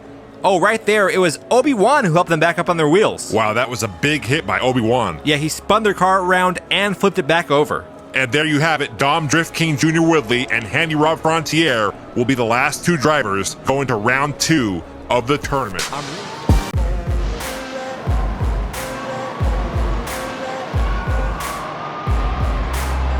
Welcome back to King of the Mountain. It's time for round 2 of tournament number 2. We've got 8 drivers ready to battle it out to see who will make it into the final round. Up first, we have Garbanzo McElroy driving in the Dynamo, the FGC family driving in Kong. Dom Drift King Jr. Woodley will be driving in number 20 Dom's Tuner Shop. And we have Handy Rob Frontier driving in the Yakuza. These are top drivers with fast cars. I'm not really sure who's going to move on to the finals. We've got a BMW, 2 Nissans, and a VW. That's quite a matchup. Starting off on the front right, we have Garbanzo McElroy, and on the front left, Dom Drift King Jr. Woodley. Let's do it. A slight delay by all the drivers coming off the line. Garbanzo McElroy taking an early lead, followed by the FGC family. Dom Woodley not far behind in 3rd place. Dom trying to make the pass to get into 2nd. He gets blocked by the FGC family. McElroy growing the distance of that lead. FGC trying to catch up in 2nd, but Garbanzo McElroy will take the first win, followed by the FGC family, Dom Woodley in 3rd, and Handy Rob Frontier in 4th place. Right there you see Dom Drift King Jr. Woodley trying to pass to take over 2nd place, but the FGC family does some strategic blocking. I believe we've seen them do that before in the last round. Here we go at the start of race 2. We have Handy Rob Frontier on the front left and Dom Drift King Jr. Woodley on the front right. Dom Woodley with the lead coming down the first straight. Here they go through turn 1. Woodley maintain lead, followed by Garbanzo McElroy. Handy Rob Frontier in 3rd, followed by the FGC family. They're all lined up single file. Dom Woodley having some control issues. And here they come all lined up to the finish line. That's probably one of the closest and cleanest races we've seen in this tournament. Dom Woodley picks up the win, bringing him in 2nd place with points. He has 7. On top is Garbanzo McElroy with 8. FGC family trailing in 3rd with only 4 points, and Handy Rob Frontier with only 3. Handy Rob starting off in the front right, the FGC family on the front left. This is their time to pick up some points. Here we go at the start of race 3. The FGC family pulling ahead as they approach the first turn. They're stretching that lead out as they come out of that corner. They went from a 1-car length lead to about 5. Let's see how they handle this section of track. This is where they had problems before. They look clean, and they're on a straight path to the finish line. And the FGC family will pick up their first win of the night. Whoa, Mike. Wow. Whoa. I did not see that coming. Yeah, neither did the photographer who just took a VW Golf to the back of the head. Wow, that's Can we get someone to see if that guy's okay? You know, I am curious though. I wonder if he got the shot. Well, you know, as an amateur photographer myself, sometimes you do take risks to make that perfect image. Actually, looking at the replay, I don't think he got it. He was facing the wrong way. Just look at how that VW flies through the air over the BMW. Oh man, that doesn't look good. I guess on the brighter side, it is a smaller car. I'm a little concerned that no one is helping the guy under the car. Can we get someone down there? Looks like the paramedic is busy helping 2 other spectators who passed out or That's ridiculous. drank a little too much. The other guy is under a car. Yeah, it's a slightly higher priority, I think. Here it is again. Get Susan on the phone so she can get these guys doing their job. As devastating of a wreck as that was, it's pretty spectacular. Look at that. Okay, the tow company should be down there soon to get that car off of that photographer. Oh, that's good. Fingers crossed that he's okay. And there we go. The car is off. The photographer's still down. Look at that. He's still got the camera in his hands. That is some dedication. I'm not sure why his leg is in the air. Is he okay? Is he moving? Also, how's the FGC family doing? They already signed a waiver, so I'm sure they're fine. You just hate to see stuff like this happen. Here it is again. It looks like a failed backflip into a twist. He may have started a new sport, Diecast gymnastics. Garbanzo McElroy really looks out there. He just barely misses getting hit by that VW. Any word on the status yet? Okay. The FTC family is fine. They're ready to race. The photographer has been airlifted, and we are not quite sure on his status at the moment. Well, we're wishing him the best of luck. Here we go at the start of the 4th and final race. The FGC family once again out in the lead. Garbanzo McElroy in second. That car's doing good for being in such a big wreck. Here they are through the second corner. Garbanzo McElroy bouncing off the side walls back there. FGC family all alone as they approach the finish line. And the FGC family will pick up their second win. Whoa, again? Ouch. Are you serious? How is that car getting so much air when it wrecks? I don't know. Are they trying to get a spot in the DRC or something? I'd pay to see that. Luckily this time, no spectators or photographers were injured. We did have one guy passed out back there on the left. That's 3 people passing out in one night. How much sake is Bunta serving these guys? It's supposed to be a 2-drink limit, but I'll have Susan talk to him. Let's take another look at that collision. Right here, the FGC family runs to the stop sign. They get T-boned by Dom Woodley, and somehow they ended up flying over the top of Dom Woodley's car. You know, I think we should start giving bonus points for stunts like that. And there's the final score. Garbanzo McElroy and the FGC family tied in first place with 14 points. That means those two will be advancing on to the final round of Tournament 2 in King of the Mountain. Only 2 spots left. Who's gonna take them? King of the Mountain.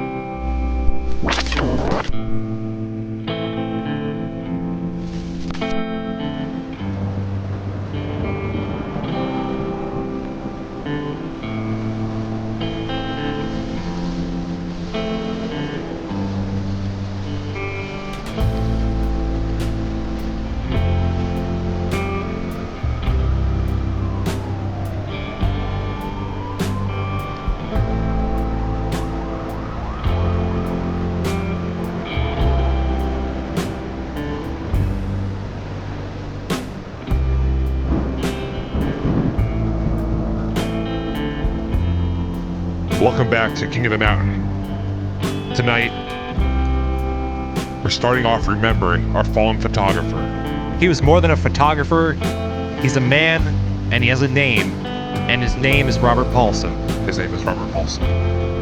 His name is Robert Paulson. His name is Robert Paulson.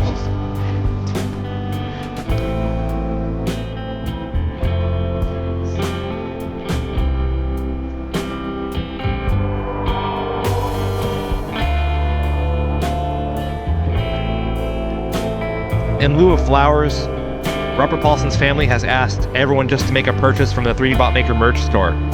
Robert Paulson was a big supporter of the merch store. It seems like just yesterday I saw him with the Crazy Brothers shirt on. He looked so happy. Coincidentally, he was wearing the McClyde t-shirt on his last night. So, race in peace to McClyde. And rest in pictures to Robert Paulson. Race in peace, McClyde.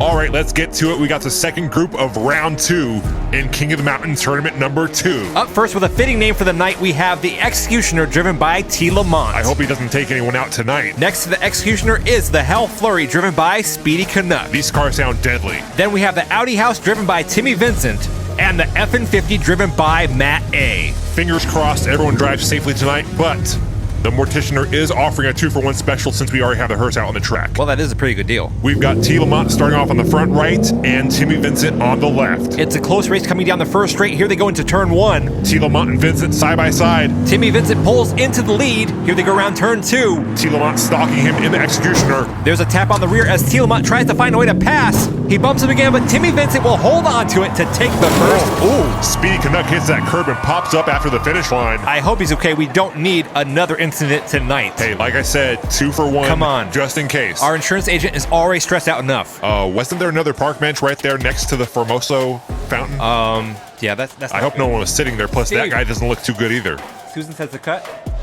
We're going to go to commercial. Racing fast and loud,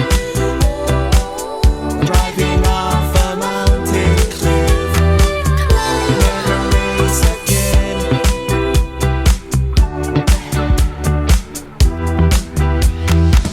And welcome back. We had some technical difficulties there, but everything should be fine now. Oh, is that what we're calling it now? A technical And difficulty? look at that. Timmy Vincent starting off on the front right and Matt A on the front left.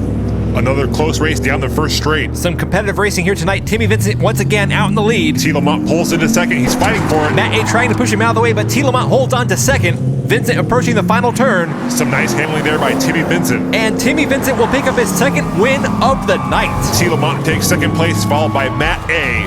and Speedy Canuck coming in fourth. Look at that. It's the same finishing order for both races. A nice performance so far by Timmy Vincent, picking up 2 wins already. Here's a look at that battle for second place with Matt A. and T. Lamont. T. Lamont pulling in front of Matt A., blocking that pass. It's a risky maneuver, but this time it paid off. Here we go at the start of the third race. We've got Matt A. on the front right and Speedy Canuck on the front left. Both of them trailing in points. This is their time to make up for that. Matt A. pulling out in the lead, followed by Timmy Vincent in the Audi house. Speedy Canuck falling behind. He seems to be the slowest driver in today's race. The round turn 2, Timmy Vincent looking to pass right here. Can he catch him? He's going for the inside. He goes high on the turn, and no, Matt A. will hold him off to pick up his first win of the night. Well, a close call there at the intersection. T. Lamont almost took somebody out in the Executioner. Let's take another look at that. Here he comes. He just misses Matt A. and Timmy Vincent. That was super close. Here it is again from the Skycam. And actually, it looks like he was going in reverse. Wow, he got really lucky right there. And here we go with the fourth and final race. Timmy Vincent currently in the lead with 13 points. Matt A. in second with 9 points. T. Lamont with 7 and Speedy Canuck with 4. T. Lamont and Speedy Canuck in the front row. They'll be leading us down. Another close race into the first turn. Speedy Canuck with the lead, but here comes T. Lamont with the overtake. T. Lamont with the lead through turn 2. Speedy Canuck not far behind. T. Lamont almost lost it there. A close race into the final corner, but T. Lamont will take the win. And I believe that's going to put him into the finals. Let's see, and yes, it does. Wow, T. Lamont beats out Matt A. by 2 points to take that final spot in the finals. T. Lamont was definitely the more consistent driver tonight over Matt A.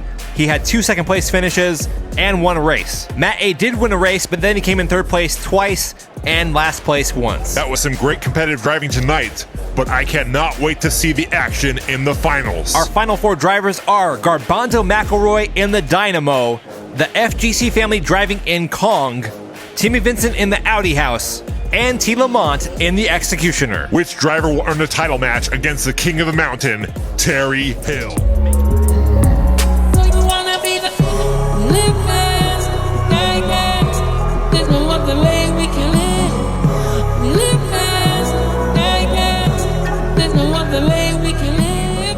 Welcome back. It's finally time for the King of the Mountain Tournament number 2 finals. It's been a long time coming.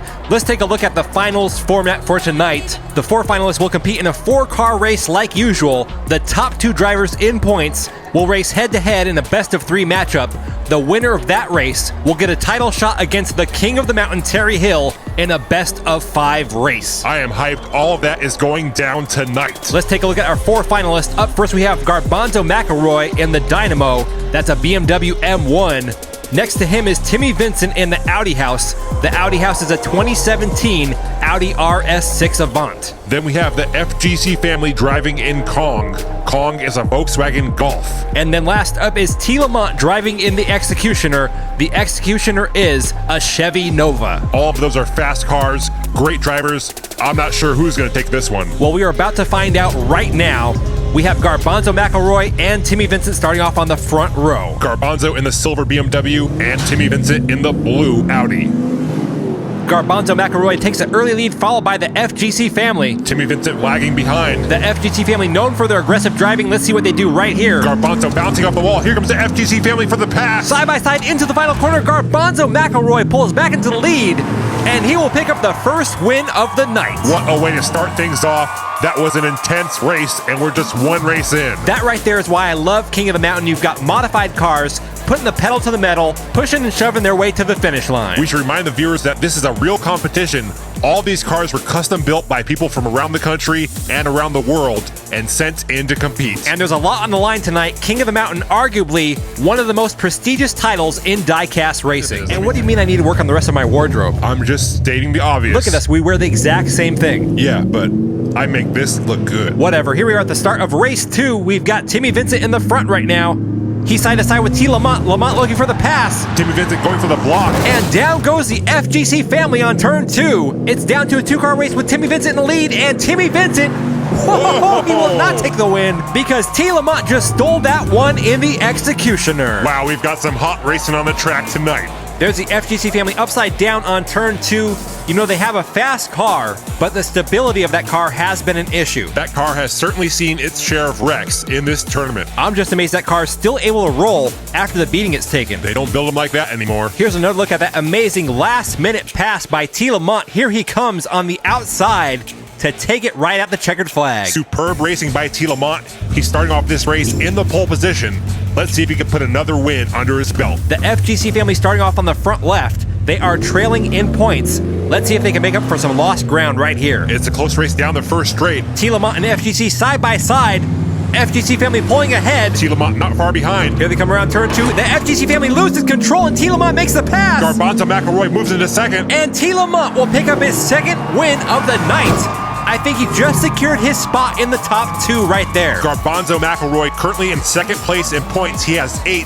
That's only 3 behind T. Lamont. With only 1 race left, he's in a good position as well. Let me just say, these 4 finalists have not disappointed when it comes to action. This has to go down as one of the best races we've ever seen in King of the Mountain. Definitely. And we haven't seen any major accidents yet. Well, don't jinx it. Hey, don't worry. Susan had everyone sign waivers. Including the spectators? Yep. She even had Bunta Fujiwara fill one out. Man, she is on her job lately. Yeah, sponsors, waivers. She even cut my sandwich in half when the deli forgot to. She cut your sandwich in half? Yeah. Dude, that's awesome. I know, right? You know, I think it's time to bring her on in a full-time position. Really? Because I thought I mentioned that to you last week. That was before I found out about the sandwich. T. Lamont goes down. We got a wreck. And the last man standing in this race is the FGC family.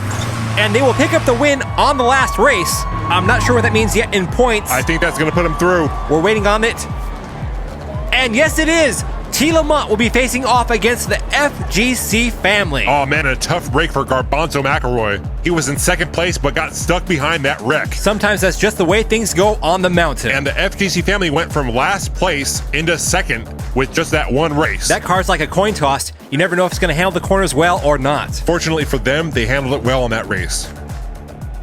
And here we go with our versus matchup between T. Lamont in the Executioner and the FGC family in Kong. Oh man, this is exciting. I don't know who's going to take this one. T. Lamont on the right, FGC family on the left. If there is a tie after 2 races, we will use their track time to determine the starting position on the last race. It's a close one so far. The FGC family pulling ahead. They got the speed, but can they handle the track? It's a close one. FGC family ahead going into the second corner. Oh, down goes T. Lamont. T. Lamont wrecks on his own. The FGC family almost lost control, but they recovered.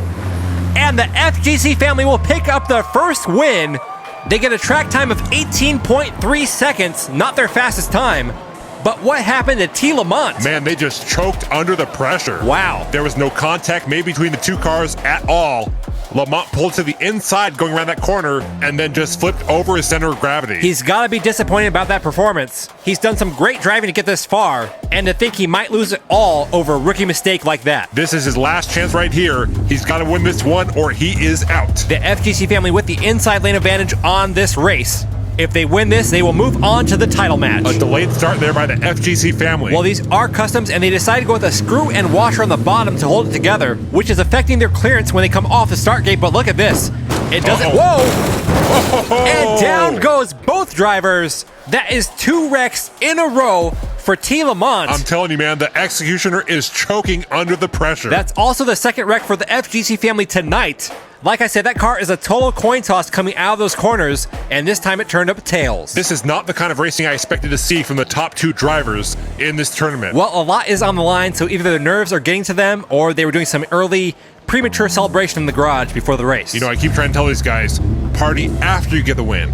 After. And here we go, we're restarting that race. The FGC family on the right and T. Lamont on the left. Another delayed start by the FGC family. That delayed start does not seem to be phasing them. They are already in the lead. Right now they are ahead by about 2-3 car lengths.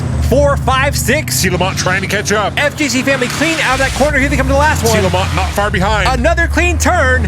And the FGC family has just earned a title match against the king of the mountain, Terry Hill. Look at that track time. When the FGC family handles those turns, they are a force to be reckoned with. Great execution on that last race by the FGC family. They handled both turns superbly well. And when it came down to just raw speed, Kong was clearly the better car in tonight's race. Absolutely. The real question now is, can they compete with Terry Hill? I don't know. Terry Hill is one bad mother... Watch your mouth. I'm just talking about Hill. Don't go anywhere. The title match is coming up after the break. We'll be right back.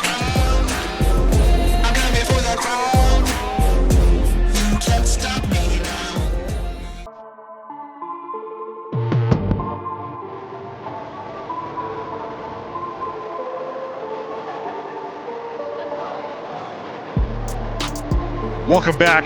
It's time for the moment you've all been waiting for. That's right, it's time for the title match. The challenger versus the king. Let's do it! Come on! Tell them what the names are. Terry Hill versus the FGC family. And who's Terry Hill? Terry Hill is the king. Say it again. The king. I can't hear you. The king of the mountain. Terry Hill, the Chuck Norris of Diecast Racing, is undefeated this season. He has not lost a race. Terry Hill is driving in the Dollar General Evo. It's a 2008 Lancer Evolution weighing in at 106.1 grams. The challenger for the title is the FGC family driving in Kong.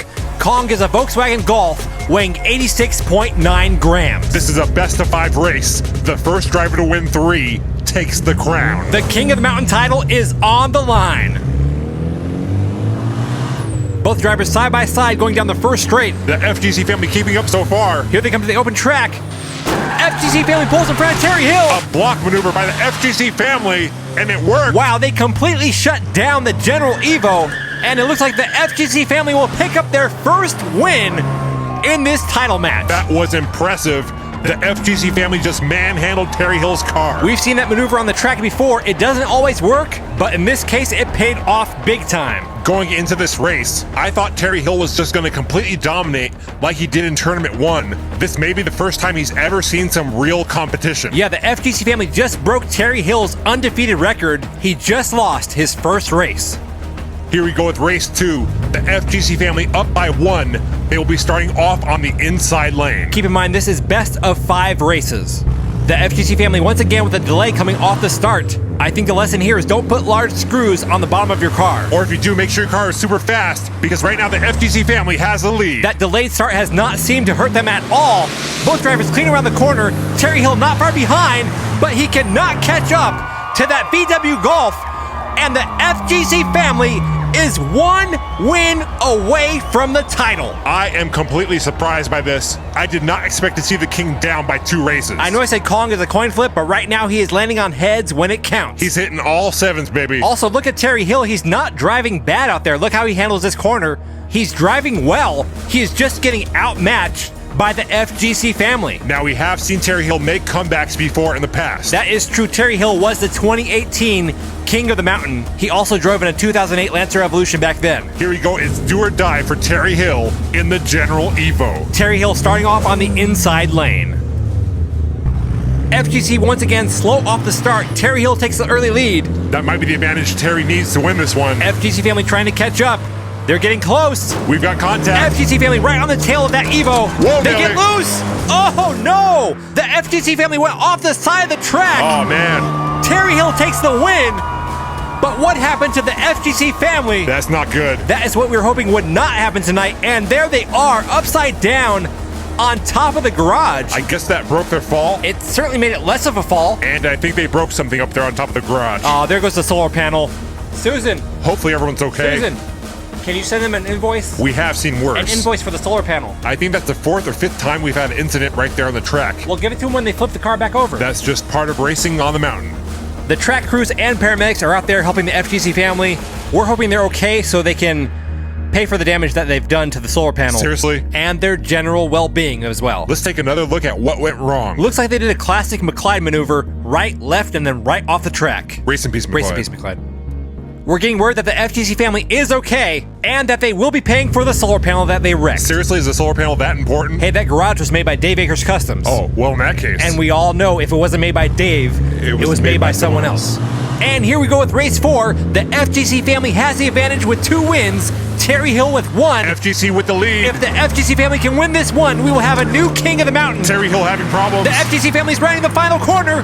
They're coming to the finish line. Oh. And the king has fallen. Wow. The king has fallen. I can't believe it.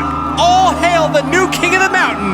The FGC family driving in King Kong. King Kong, baby. They finally earned that name. They didn't just beat the former king, they crushed him. King Kong, baby. I gotta tell you, I did not expect to see a new king tonight. Yeah, me either. Terry Hill was untouchable in the last tournament, but it looks like the Chuck Norris of Diecast Racing has finally met his match. A big congratulations to the FGC family. They are representing for Team France. Oh, really? Yep, that car was shipped to us all the way from France. Well, in that case, bonjour. We'd like to thank all the builders who participated in tournament number 2. We've got a lot more cars waiting to race in King of the Mountain. So there's gonna be more tournaments? Oh yeah. King of the Mountain.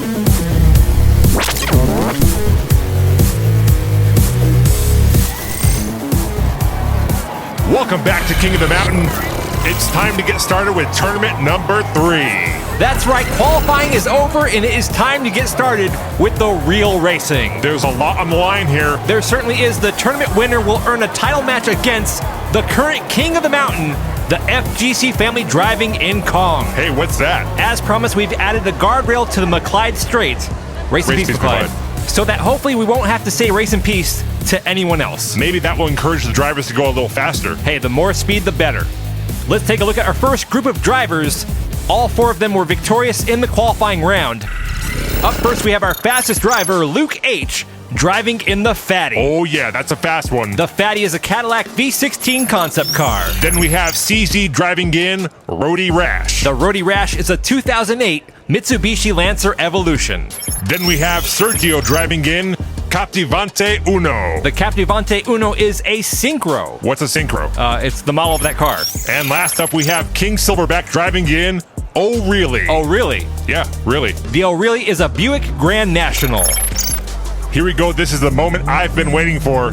Let's get this tournament going. We've got Luke H in the blue Cadillac and CZ in the black Evo. This will be 4 races. The top 2 drivers will advance on to the next round. Whoa, Luke H drives over the barrier. Wow, I don't think we've ever seen anyone do that before. Sergio and Luke swapping paints. Sergio pulling ahead. Sergio ahead by about 3 to 4 car lengths. Trouble coming out of the turn. Luke H gives him a tap, and Sergio will take the win on race 1. Whoa! Boom! Knockout. Wow, I think Silverback actually got a screw knocked loose out of his car. A hit and run job by Luke H. He just smacked that Buick all up and kept driving. Some crazy driving by Luke H. Look at this right here. He's in the front, switches lanes, hopping over the barrier. I don't think that gave him any advantage at all, but I loved it. I think he's getting into the minds of the other racers saying, hey, look, I'm crazy. I might jump over the barrier, I might switch lanes, and if you get in my way, I'm gonna knock the screws out of your car. Yeah, he's definitely leaving it all on the track and then some. Let's take a look at that hit. Boom! Get that out of here. Man, he sent him all the way back past the finish line. Here we go. This time we have CZ and King Silverback in the front row. CZ in the lead, followed by Luke H. Luke H trying to give him a push. Here they come to the open track. Luke H right on the back of that Evo. CZ with his front end coming off the ground right there. CZ leading through the final turn, followed by Luke H. And CZ will take the win on race 2 with a track time of 17.348 seconds. Silverback comes in third, And we lost Sergio somewhere. There he is. Sergio getting left behind. That's a DNF for him. 0 points. That's going to really hurt him. Look at the front end of CZ's car. He almost caught some air. That win is going to put CZ in the lead. He has 7 points. Luke H 1 point behind with 6. Sergio with 5. And King Silverback with 3. This is still anybody's race except for King Silverback. Oh, come on. There's still time for him to pull it off. Oh, there's time, but he does not have the speed. Look at him. He was the slowest in qualifying. Yeah, how did he even make it here? Sergio went sideways. Luke H is challenging him for first place. They're side by side, door to door. Luke H pulling ahead. Luke H is a beast. What a race! As Luke H picks up his first. Oh my goodness! He didn't see it, but I guarantee you he felt it. Man, these guys are rough tonight. We may not even need to do a Demolition Derby series. They're doing it right here tonight. That was a great race. Let's look at it again. Sergio had a nice lead. He lost control. Luke H applying pressure around that corner. And then right here, it just came down to pure muscle. That's where that 32-valve V16 engine on the Caddy came into play. I gotta correct you on one thing there. He did not come to play. Look at that. Luke H once again punishing the losers with a knockout blow. We gotta see that again. Luke's car did not even budge. That's the second time tonight that he sent a racer back past the finish line. I think he's sending a very clear message to his competition. You don't belong in this race. That win is going to put Luke H in the lead. He now has 11. With 1 race to go, I think he's got this one in the bag. Keep in mind, though, that the top 2 drivers will be advancing. So the question is, who will come in second place? I can tell you who it won't be. The king of slow, Silverback in that Buick. He's not even in frame right now. Luke H leading into the open track. Whoa, no! I did not see that coming. I don't think he did either. Sergio now in the lead. CZ in second in that Evo. And Sergio takes the win, followed by CZ going backwards. And look at that, Silverback couldn't even make it. That's going to put Sergio in first place with 13 points. Luke H and CZ are now tied, so we're going to have to go to a tiebreaker race to determine who's going to join Sergio in the next round. A word of advice, if you're going to go off-roading, don't do it in a Cadillac. Yeah, what happened to him there? Did he blow a tire? Like I said earlier, he's crazy. Crazy Luke. Well, he might want to tone down the crazy just a little bit. I totally disagree with you. He should turn it all the way up. It's time for a tiebreaker. Oh, yeah. CZ in the Roadie Rash versus Luke H. Crazy Luke in the Fatty. This tiebreaker will be a head-to-head match. Best 2 out of 3. Let's do it. Luke H will be starting off on the inside lane. Luke H with the early lead going into turn 1. Look at that 3D. This is not even a race. Well, he needs to stay on the track this time. Luke H is pretty much racing against himself. CZ doesn't have a chance. Luke H clean around the corners, and he picks up the first win with a fast time, 16.184 seconds. That right there is the power of the Fatty. Light that thing up. He totally smoked CZ on that race. Here they go, the drivers will switch lanes. It's not going to make a difference. Luke H 1 win away from advancing on to round 2. You know, I think Crazy Luke wanted to end up in this race so he could put that Fatty Caddy on full display. There he is once again pulling ahead into turn 1. CZ behind by about 4 to 5 car lengths. He's got no chance. Luke H looking smooth out there. He is a smooth operator. He's rounding the final corner straight as an arrow to the finish line. And Luke H will be joining Sergio in round 2 of King of the Mountain. I said it once, I'll say it again. Crazy Luke is a beast. Yeah, even though he came in second place, I think he made a bigger statement than Sergio. What can I say? I'm a fan. Welcome back to King of the Mountain, tournament number 3, round 1, group 2. So far, the action in this tournament has been intense. We raced 60 cars in qualifying. These drivers are the best. Well, most of them. Yeah, a few of them got lucky. Let's go ahead and take a look at today's drivers. Up first, we have Didi driving in the Manhattan Skyline. The Manhattan Skyline is a Nissan Skyline HT 2000 GTX. Then we have Ash in the STI. That's a Subaru Impreza 22B STI version. Then representing for Oklahoma State is Bryson in Pistol Pete. Pistol Pete is a Hummer H2.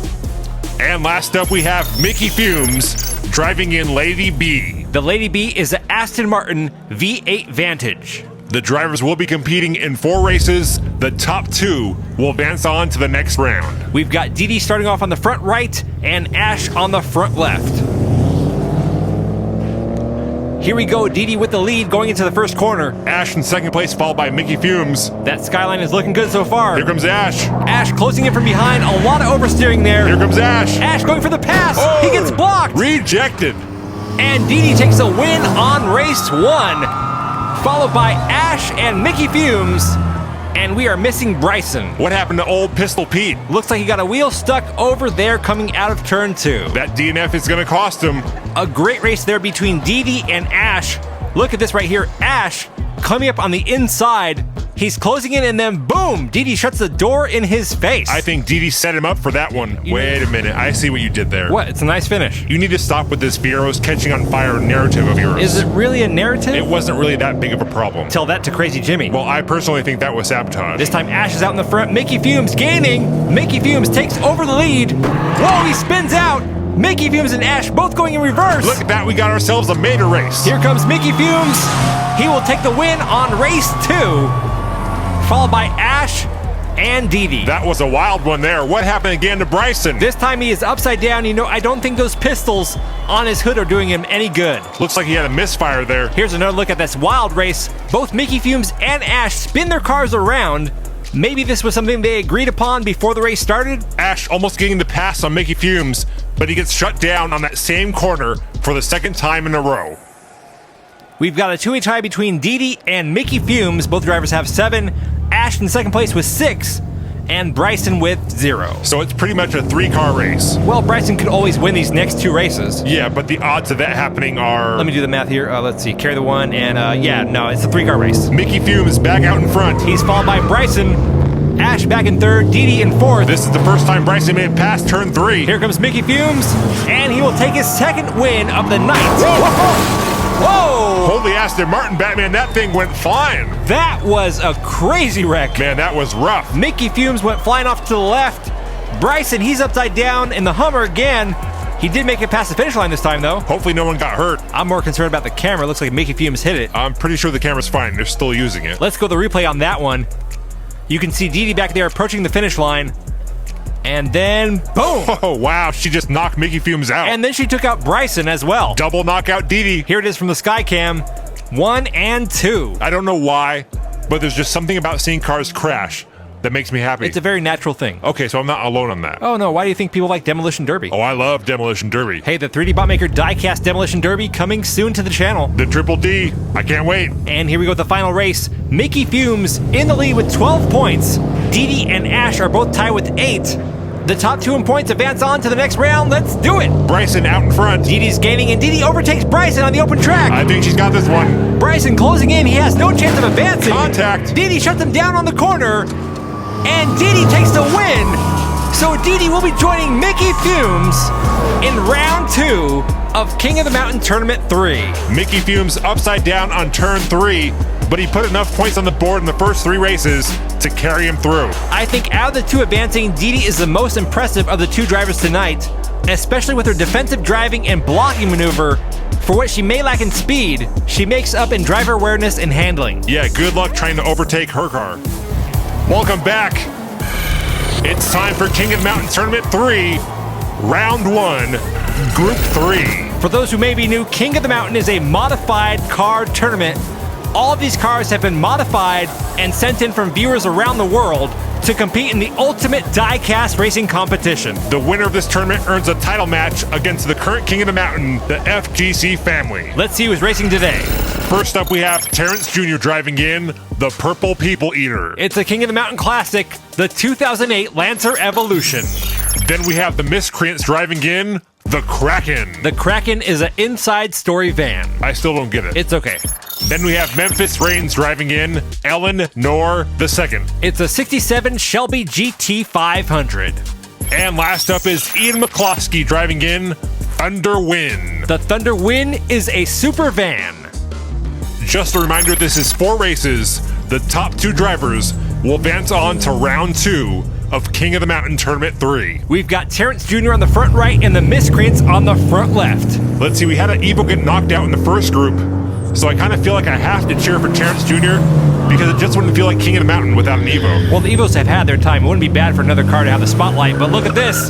Terrence Jr. out in the front. He takes the first win, followed by the Miscreants. Incoming! Whoa! A complete mess down here at the finish line. That's what happens when you have two vans on the track. Ian McCloskey was completely out of control. Either his steering needs some adjustment, or he was participating in a little pre-race celebration. Yeah, rule number 1, party after you win, especially if you're in a van. Race in peace, McLean. Ian McCloskey just barely missing Terrence Jr., and then Memphis Reigns took out the Kraken. Here we go with race 2 of 4. Terrence Jr. currently in the lead with 5 points. There's still 3 to go. Miscreants and Ian McCloskey in the front row. The Miscreants are out in the front in the Kraken van. Terrence Jr. right behind him. Memphis Reigns falling way behind back there. Someone should tell him this is a race. Here comes Terrence on the outside. Door panel to door panel. It's a close one. Oh, that was awesome. That's what I'm talking about right there. Oh, good Lord. Talk about a sore loser. The Kraken is taking a beating tonight. First it was Memphis Reigns, now it's Ian McCloskey.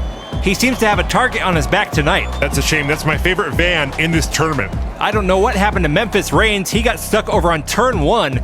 Not too many cars get stuck over there. This race right here was so good. The Miscreants had to lead Terrence Jr. Look at this right here. Door panel to door panel around that corner. Miscreants was still in the lead, and I think Terrence Jr. pulled across the finish line first.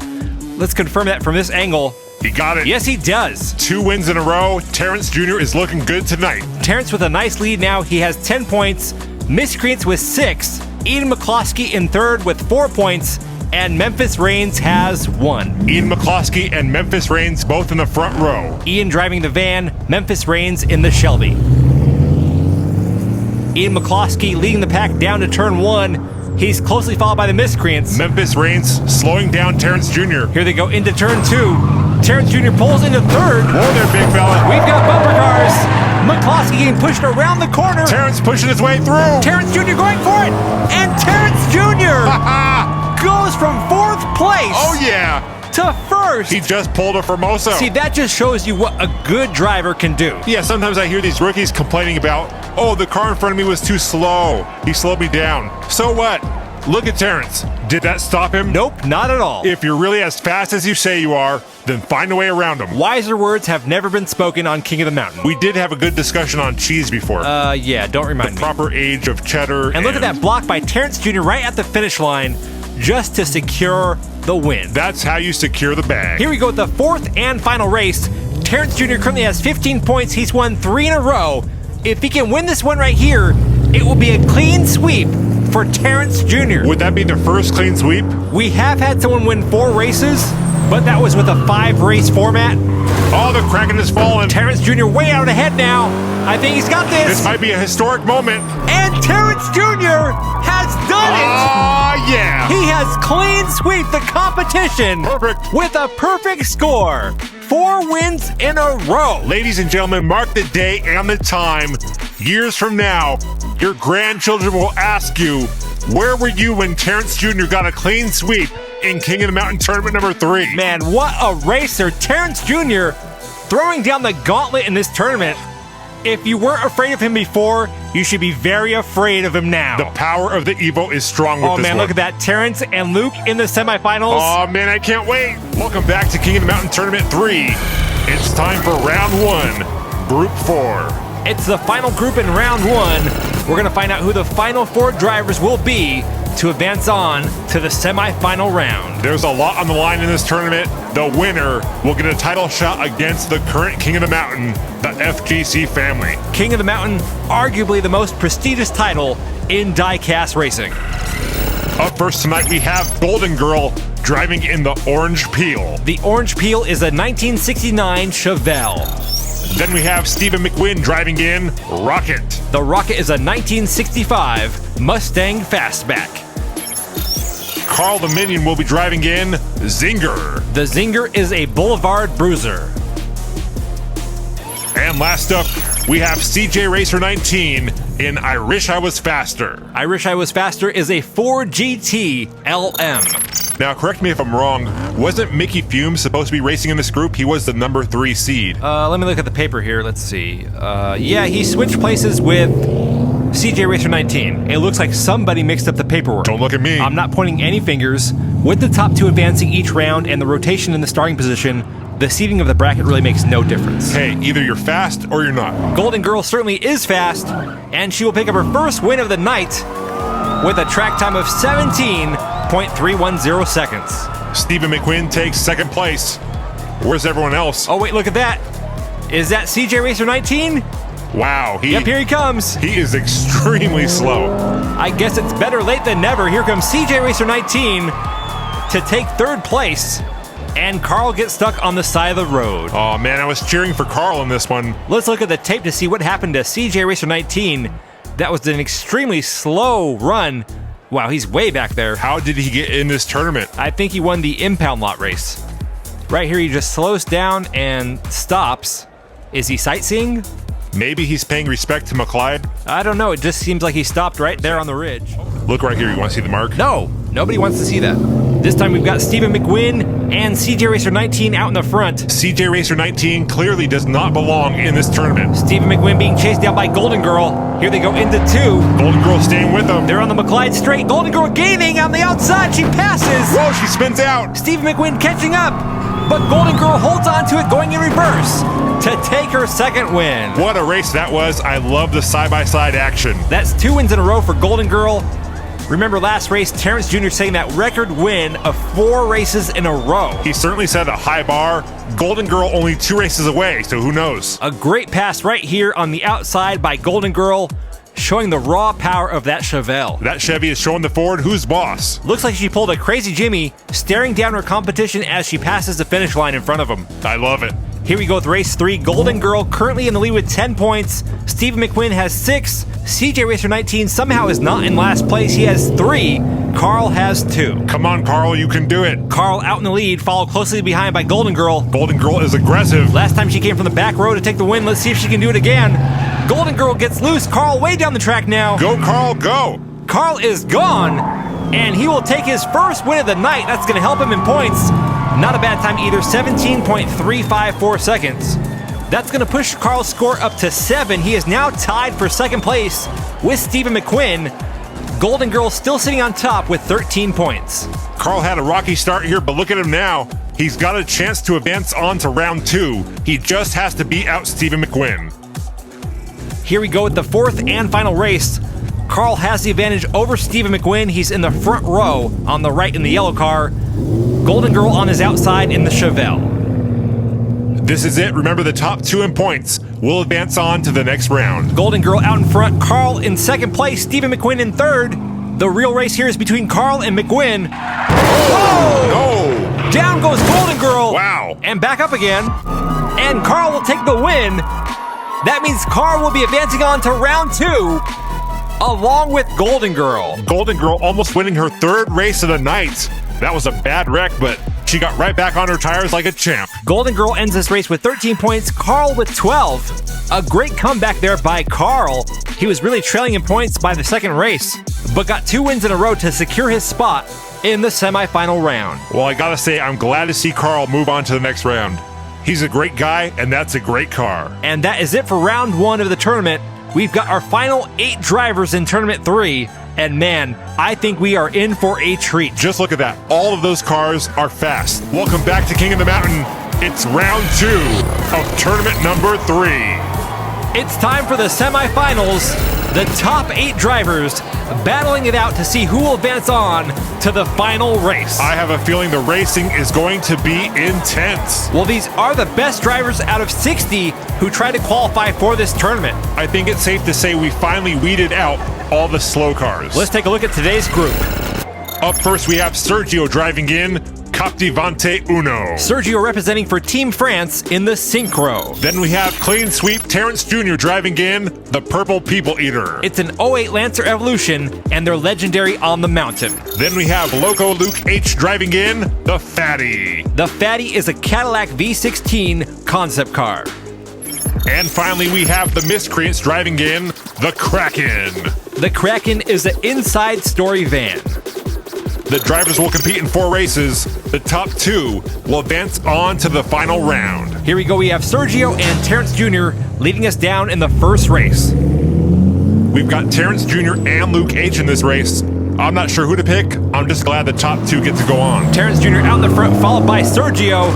Luke H in third. We just lost the Miscreants. The Kraken is down. Terrence Jr. with a strong start. And Terrence Jr. will pull past the finish line to take the first win. Watch out. Whoa.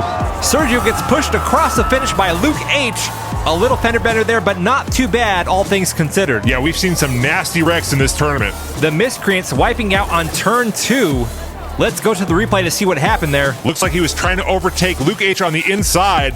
There may have been some contact there. Well, you gotta admire his guts for going for the pass there, especially against Luke H. Look at that, Luke H getting 3 wheels off the ground coming out of that turn. That just shows you these cars are moving fast down the track. He may have a career in the DRC. And look at this, Terrence Jr. steering out of the way. He did make some contact with Luke H's car, but that could have been a lot worse. Concept cars are not cheap. A bad wreck in that can really hurt your wallet. Do I have to get you something for Father's Day? No, I'm not your dad. Okay. That's weird. I wasn't sure how it worked. Here we go with race 2. We have Terrence Jr. and Miscreants in the front row. Right now, the Miscreants are out in front. It's a tight race. Whoa, we just lost Luke! Oh, not Luke. Terrence Jr. is tearing down the track. There goes that Evo. Whoa! Sergio's in second. And Terrence Jr. picks up his second win in a row. I'm getting flashbacks of round 1. Oh man, if he clean sweeps again, that's gonna be crazy. The Miscreants getting stuck off the side of the road. That's a shame, they were doing so well in that race. That's 2 DNFs in a row for them. Luke H upside down on turn 2. That's the second time Luke H has had problems on that part of the track. He cut off Sergio. Sergio was not having it. A great job by Sergio to navigate around both Luke H's car and the Miscreants. Look at it right here. He got around Luke H, avoids hitting the Kraken. That right there is why he's in second place with 6 points. Terrence Jr., your current leader with 10.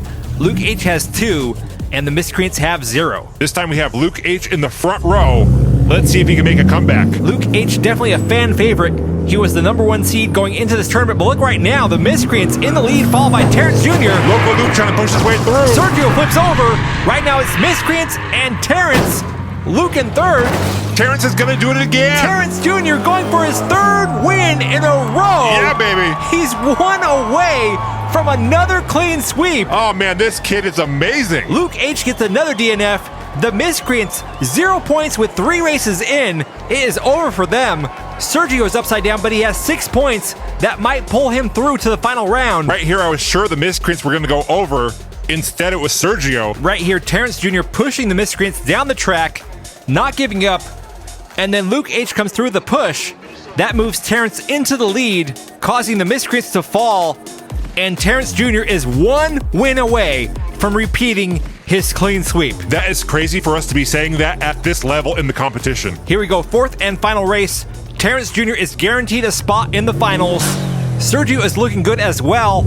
He would have to wreck and have Luke H come in first place for him not to have a spot in the finals. So all he has to do is finish. Yeah, if he finishes, he's got this one.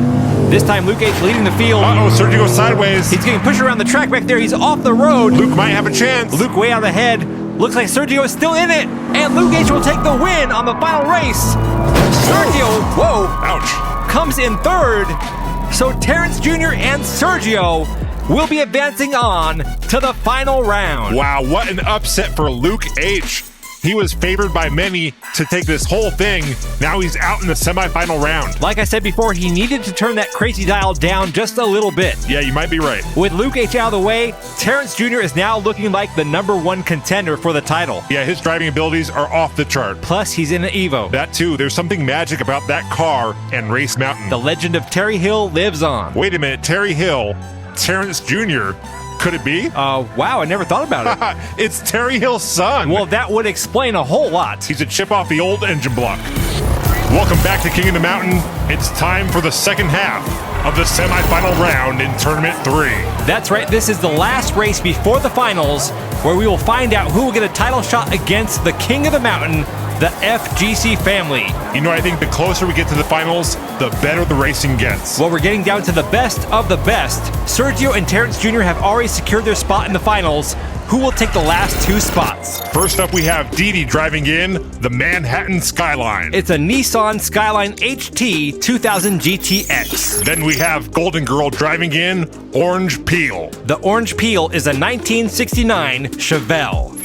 Mickey Fumes will be driving in Lady B. The Lady B is a Aston Martin V8 Vantage. And last up we have the Minion, the Myth, the Legend. It's Carl driving in the Zinger. The Zinger is a Hot Wheels Boulevard Bruiser. The drivers will be competing in 4 races. The top 2 in points will advance on to the final round of King of the Mountain Tournament number 3. There's a lot on the line here. Let's do it. The drivers are off. Dee Dee in the front in that Skyline. Mickey Fumes right behind her. Golden Girl in third. Carl back and forth. Here they come to the open section. Mickey Fumes trying to make a move. That's some wild driving there by Dee Dee. Dee Dee now getting some distance from the rest of the field. She rounds the final corner, and Dee Dee will take the win on race 1. Everyone makes it past the finish line. No accidents there. Mickey Fumes takes second place. Golden Girl takes third. Carl comes in fourth. Right here, Mickey Fumes was trying to find a way to get around Dee Dee. Dee Dee swerving all over the place, but she manages to stay in front, keeping Mickey Fumes in her rear view. That's a good start for Dee Dee. We've got 3 to go. Here we go. The drivers are lined up back at the start. We've got Golden Girl on the front right and Carl on the front left. Carl driving in the yellow Zinger. If Carl can win this tournament, he will be the first ever Minion to be King of the Mountain. Wow, I guess that would be a milestone for the Minion community. Definitely, but it does not look like it's going to happen. Golden Girl out in front, followed by Dee Dee. A lot of sloppy driving tonight. There might be some oil on the road. Golden Girl with a solid lead, and she will take the win on race 2, followed by nobody. Dee Dee's holding up the rest of the group. A triple DNF. That's going to give Golden Girl quite the advantage there. She now has 7 points. Dee Dee with 5, Mickey Fumes 3, and Carl has 1. Poor Carl. It looks like Carl was actually the reason for that stop there. He pulled a pit maneuver on Dee Dee and cost everyone some precious points there. Hey, you can't win them all. Well, so far, Carl can't even win 1. Well, he's still in the front row, so this is his chance to shine. Come on, Carl. And he's got Mickey Fumes to his left. Okay, it's over for Carl. Here we go with race 3 of 4. The drivers are off. Mickey Fumes takes the early lead, followed by Dee Dee. Carl back in third, followed by Golden Girl. Here they go into the open track. It looks like a 2-car race between Mickey Fumes and Dee Dee. Dee Dee is bouncing all over the place. Either her steering is off or Carl did something to the track. Mickey Fumes will take the win on race 3, followed by Dee Dee in second, Carl in third, and where's Golden Girl? Looks like she tipped over on the McClyde straight. Well, there goes her advantage from the last race. That pretty much evens things up between Dee Dee, Mickey Fumes, and Golden Girl. Dee Dee and Mickey Fumes both have 8. Golden Girl has 7. And Carl... You don't have to say his score. ...has 3 points. Way to kick a Minion while he's down. I'm just reading off the score. Here we go, final race. We've got Mickey Fumes and Dee Dee in the front row, Carl and Golden Girl in the rear. The top 2 in points will advance onto the finals. It's a close race between Dee Dee and Mickey Fumes. Golden Girl right in there. Dee Dee's going for the pass. Dee Dee overtakes Mickey Fumes on the inside to take the lead. Mickey Fumes catching some air. They're around the final turn. Dee Dee with a solid lead. And Dee Dee, a close one there, along with Mickey Fumes, will be advancing on to the final round. A tough break for Golden Girl. She misses out in the final round by 2 points. How many points was Carl off by? That's not important. 7. It was 7 You points. just have something against Minions, don't I'm you? just reading the score. Well, Carl did a great job getting this far. Look at Mickey Fumes catching air coming off that second turn. I'm not sure if the new guardrails are going to work if they're jumping off turn 2. Well, that's on them. A great race by Dee Dee. She definitely looks like one of the top contenders going into the finals. The question is, does she have what it takes to take on Terrence Jr.? That's going to be tough. Terrence Jr. is a beast on the track like his daddy, and he's got that fast purple Evo. But we also should not count out Sergio or Mickey Fumes. That's true. They've all earned their spot in the finals, but only one of them will earn a title match against the King of the Mountain. Oh, man, it's finals time. I can't wait. Welcome back to King of the Mountain. It is time for the Tournament 3 Finals. It's been a long time coming. We've gone through 15 qualifying rounds, an impound lot race. That was a mess. And 6 tournament races to get to this point, the Tournament number 3 Finals. Out of 60 modified cars sent in from around the world, these are the top 4. And tonight, one of them will earn a title match against the King of the Mountain, the FGC family, in the VW Golf. Up first, the number 1 challenger going into the finals, Terrence Jr. in the Purple People Eater. The Purple People Eater is a 2008 Lancer Evolution. Terrence Jr. has absolutely been crushing it in this tournament. He started off the first round with a clean sweep over the competition. Then he proceeded to win 3 out of 4 races in round 2. Hey, he's the son of Terry Hill. Terry Hill was the first King of the Mountain. He lost the title to the FGC family Terrence Jr. is here to take it back. Up next, we have Didi driving in the Manhattan Skyline. It's a Nissan Skyline HT 2000 GTX. If I could sum up Didi's strategy in one word, it would be blocking. Yeah, Didi really knows how to shut other drivers down on the track. Didi does not like to be passed. If she can get out front early in the races today, she might have a chance of shutting down Terrence Jr.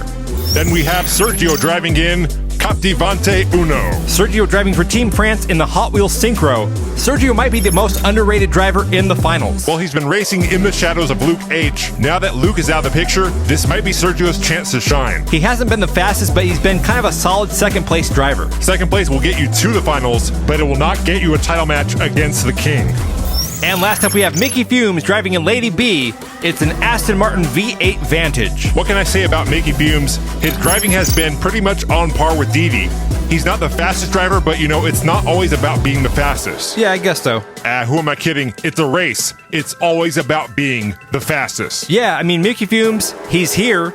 He beat a lot of other drivers to get here, but is he better than Didi or Terrence Jr.? No way. Hey, you never know until it's race day, and right now, it is time to get started with the finals. Here we go with race 1. We've got Terrence Jr. on the front right in the purple Evo, and Didi on the front left.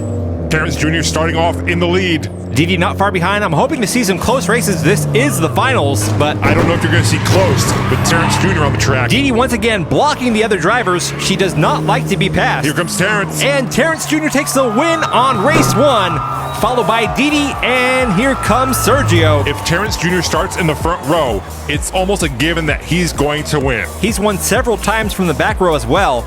Mickey Fumes getting stuck on the last straight. That's going to be a DNF for him. A strong start here by Terrence Jr. Look at the distance he has on the rest of the competition. Right there, Didi helping him out. I don't know if she was intentionally helping him. She just really likes blocking. I'm not sure if that strategy is going to work here in the finals. Yes, she was able to slow down Sergio and Mickey Fumes, but she lost a lot of ground on Terrence Jr. Yeah, it's finals time. You've got to be pushing for first place. Just like Randy always told me, if you ain't first, you're last. Here we go with race 2. We have Didi starting off on the front right, Mickey Fumes on the front left. Terrence Jr. drafting off Didi. Here they come into turn 2. Didi ahead by about 1 car length. Some sloppy driving coming out of 2. Didi maintaining the lead around the final corner. I think she's got it. Wait a minute, here comes Terrence on the outside. Oh, he got and it. Terrence Jr. steals the win from Didi right at the finish line. That guy is a savage. Well, he's driving for Redline Salvage Inc., not Savage, Salvage. Well, they need to change that name after this. Just look at Terrence Jr. right here. He was patient, waiting for the opportunity to make that move. I really thought Didi had it in the bag right here, but look at Terrence Jr. with that quick move to the outside lane. And then he puts the block on Didi at the finish line. That right there was just a smooth move. 3. Terrence Jr. currently in the lead with 10 points. Didi with 6. Mickey Fumes in the blue car has 2. Sergio in the white car has 3. So this race is pretty much over for Sergio and Mickey Fumes. Well, they're going to need to win like 2 in a row. Look at Terrence Jr. Terrence in second. He pushes Sergio around. He wants another clean sweep. Terrence is not messing around. He wants this race bad. What the heck was that? I think that was a tree. Yeah, but where did it come from? Well, they start off as a seed, and then if you water and get sunshine... I mean, how did it get on the track? I don't know. This is the 3D Bot Maker King of the Mountain Finals, and we have a tree on the track. Yeah, I mean... We can't have trees on the track during the finals. Well, hey, on the bright side, I think we just answered the age-old question, if a tree falls on the track and a car hits it, does it make a sound? And the answer was yes. That's obvious. No one asked that question. Well, I was always curious about it, so I'm glad that I now know the answer. Well, I guess we're going to have to add falling trees to the waiver. You should add flying trees as well. Why would a tree fall? You know what? That's actually a good idea. Here we go. This is it. Race 4 of 4. The winner gets a chicken dinner and a title match against the King of the Mountain. No chicken dinner. Okay, then just the title match. The only one who has a chance of tying Terrence Jr. is Sergio, but to do so, Terrence Jr. would need to have a DNF on this final run. Sergio is trying. Terrence just needs to keep it together right here. Sergio getting closer. Sergio trying to find a way around that Evo, but he is not successful. Terrence, baby. And Terrence Jr. wins his 3rd race of the night. He's a savage. And will now face off against the FGC family for the King of the Mountain title. Look, Sergio needed Terrence Jr. to make a mistake. The thing is, Terrence Jr. does not make mistakes. You've got to give Sergio some credit. He put on a great race at the end, but he just did not have enough speed to keep up with the mighty Evo. And now it's the moment you've all been waiting for. It's the main main event. That's right, this one is for the title. On your left corner, driving in the VW Golf, is the current king of the mountain, the FGC family driving in Kong. And on your right, the challenger, driving for Redline Salvage Inc. in the Mitsubishi Lancer Evolution, it's Terrence Jr. in the Purple People Eater. The FGC family took the title back in tournament number 2 with a 3-1 win over Terry Hill. Now Terrence Jr. is back for revenge for his father to try to return the crown back to the Terry Hill dynasty. Here we go, this is it. The first driver to win 3 takes the crown. Here we go. Terrence has certainly been amazing, but so was his father, Terry Hill. Don't sleep on that little VW Golf. The FGC pulling ahead. It's a close one side by side. Terrence with the overtake and the block. He learned that one from Didi. It's a very effective strategy in a 2-car race, but look at FGC family gaining. That little car is quick. But it's not quick enough on the first race. Terrence Jr. takes the first win. He needs 2 more wins to take the title. That was a great close race. Exactly what I was expecting to see from these 2 drivers. We haven't seen a lot of blocking from Terrence Jr., but this right here, a classic Didi move. I actually think he perfected that move. It was a quick in and out. He really didn't lose any speed at all. I expect nothing less from the son of a hill. Here we go with race 2. This time Terrence Jr. starting off on the inside lane. I know he would like nothing less than to clean sweep this championship race, but I don't think King Kong is going down that easy. Here they go. Terrence Jr. once again out in the lead. FGC not far behind. Terrence Jr. stretching that lead out now. I don't know, 3D. Terrence Jr. looks unstoppable. He's ahead by several car lengths now. They're rounding the final corner, and Terrence Jr. will take his second win in a row. He is 1 win away from being your new king of the mountain. Wow, I was expecting more of a fight from the FGC family. Yeah, me too. It's not over yet, but it's not looking good for them. You can see Terrence Jr. taking advantage of starting on the inside lane. Once he's in front of you, there's almost no way of stopping him. Well, he's got that Terry Hill DNA, plus he's driving in an Evo. That right there is a winning combination. Here we go, this is it. It is race point for Terrence Jr. He is 1 race away from a clean sweep and taking the title. Can he do it? Here we go. This time the drivers side by side coming down the first straight. FGC on the inside, they're pulling ahead. FGC in the lead. Here comes Terrence. Terrence Jr. passes on the inside. He cannot be stopped. He's just 1 turn away from the title. It's over. It is over. The king has fallen. Terrence Jr., The baby. king has fallen. Oh, yeah. All hail the new king of the mountain, Terrence Jr. The title is back in the Hill family. Long live the Terry Hill dynasty. And I know what people are thinking. Another Evo takes a championship on the 3D Botmaker channel. We've got the Evo dominating King of the Mountain and the DRC. Look at this jump right here by Terrence Jr. getting some air off turn 2. He was just in the zone all night. Out of the 7 races he was in, he only came in 2nd place once. Terry Hill taught him well. And there he is, your tournament number 3 winner and king of the mountain, Terrence Jr. in the Purple People Eater. Awesome job by Terrence Jr. tonight. He is the man. This concludes King of the Mountain tournament number 3, but we still got a lot of cars waiting here to qualify for tournament number 4, 5. It may even go out to 6. All I know is there is some serious competition coming in tournament number 4. Oh yeah, some of the big guns in modified diecast racing have been waiting for their turn to take the track, and it's finally time to release the beast. Things are about to get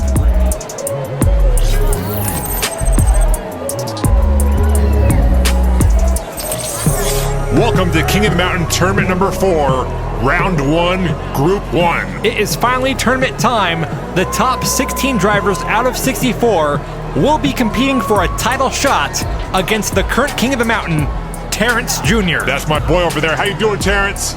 I tell you, he's a chip off the old block, making Terry Hill very proud in that purple Evo. Let's get to our first group of drivers. First up, we have the number 1 qualifier, Lady of Speed, driving in Ladies' Choice. Ladies' Choice is an Aston Martin 177 weighing 73.8 grams. Then we have Baby Girl driving in Frostbite. She qualified in 8th place in the Porsche Panamera Turbo SE Hybrid Sport Turismo weighing 82.4 grams. Paulie will be driving in the Italian Eagle. Contrary to the decals, the Italian Eagle is a Ferrari F40 weighing 106.9 grams. And finally, Speed Force is driving in Soylent Green. That's an Alfa Romeo Giulia weighing 97.7 grams.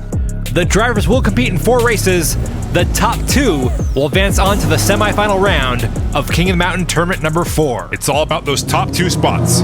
Here we go at the start of the first race. Lady of Speed in the red car out in front. She's followed by Polly in the black and gold Ferrari. Lady of Speed had the fastest qualifying time. Yes, the only driver to get under 16 seconds. Here comes Polly for the pass. Polly takes the inside on turn 3. Lady of Speed spins out. And race 1 will go to Polly. A nice pass there right on turn 3. The Italian Eagle is getting it done out there. We're missing Speed Force down here. Speed Force is on their lid on turn 3. That will be a DNF for Speed Force. You get 0 points if you do not finish the race. Let's see that move once again by Polly. Lady of Speed pulled to the outside to go around that turn. Polly hooked right around the inside, and Lady of Speed lost control spinning around. That right there is the kind of racing I like to see. Who's going to talk to around here to get paid? That would be Susan. Speed Force out in front, followed closely behind by Polly. Polly out there driving like he wants to win. Polly qualified in 9th place, Speed Force qualified in 16th. That's last place. Speed Force has a solid lead. Baby girl and Polly going at it back Whoa! there. Whoa. Oh my goodness. What happened to Speed Force? I think he got pushed and shoved all the way into the tunnel. He was on his way to victory and fell apart at the end, but he still gets the win. We gotta see that replay. Here he is alone in the front, hits the wall, then hits it again. Oh, look at that right there. He almost went off the road. Then he just got slammed by Baby Girl and Polly. But hey, a win is a win. That will add 5 points to Speed Force's score, tying him with Baby Girl for 2nd place.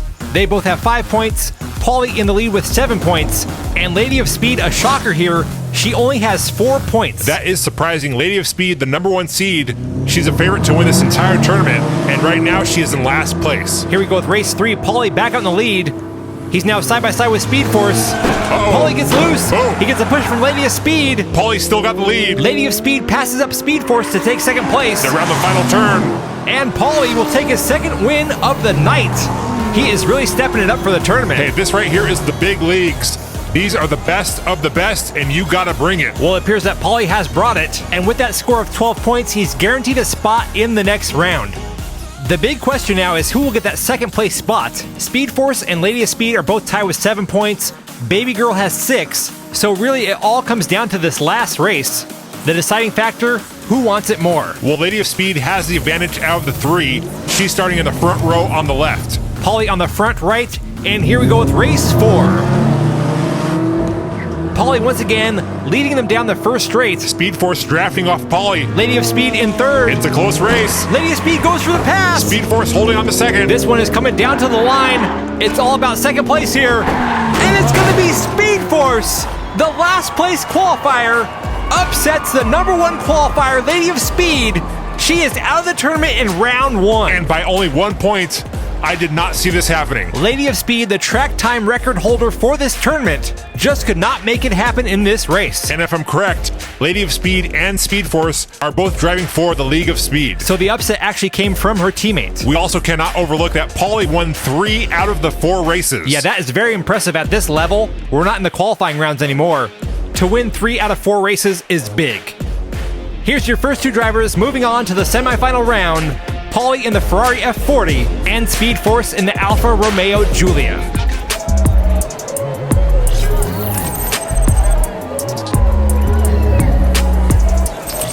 It's King of the Mountain Tournament number 4, round 1, group 2.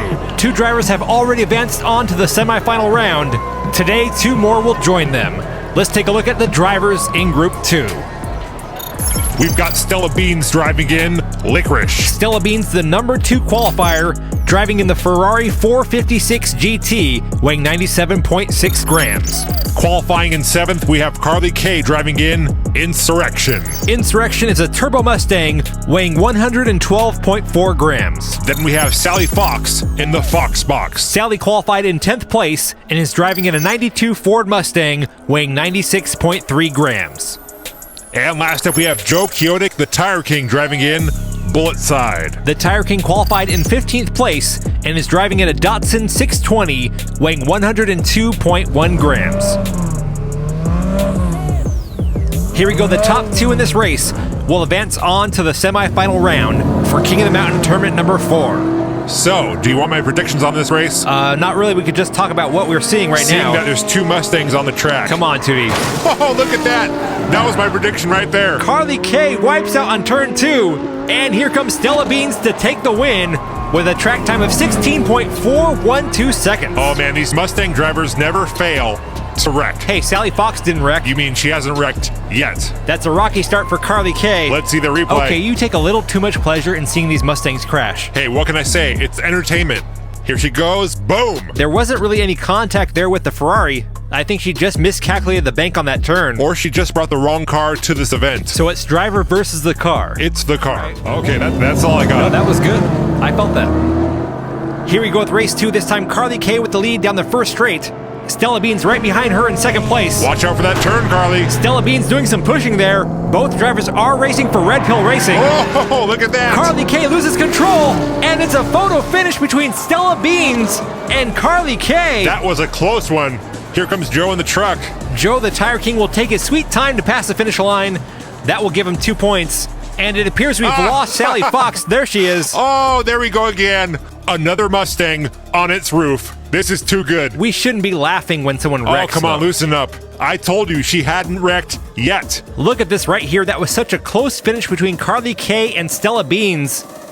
Here it is from the finish cam. I think Stella got it. Yeah, the Ferrari definitely won that one. Here it is again from the overhead cam, and yes. Clear winner. That one goes to Stella Beans. 2 wins in a row. That gives Stella Beans 10 points. Joe was in second place with 4, and the 2 Mustangs are all the way on the bottom with 3 points each. We've still got 2 races to go. This time Joe on the front right in the truck, Sally Fox on the left in the Fox Body Mustang. Okay, which Mustang do you think is going to wreck this time? I'm hoping everyone is going to make it safely down to the finish line.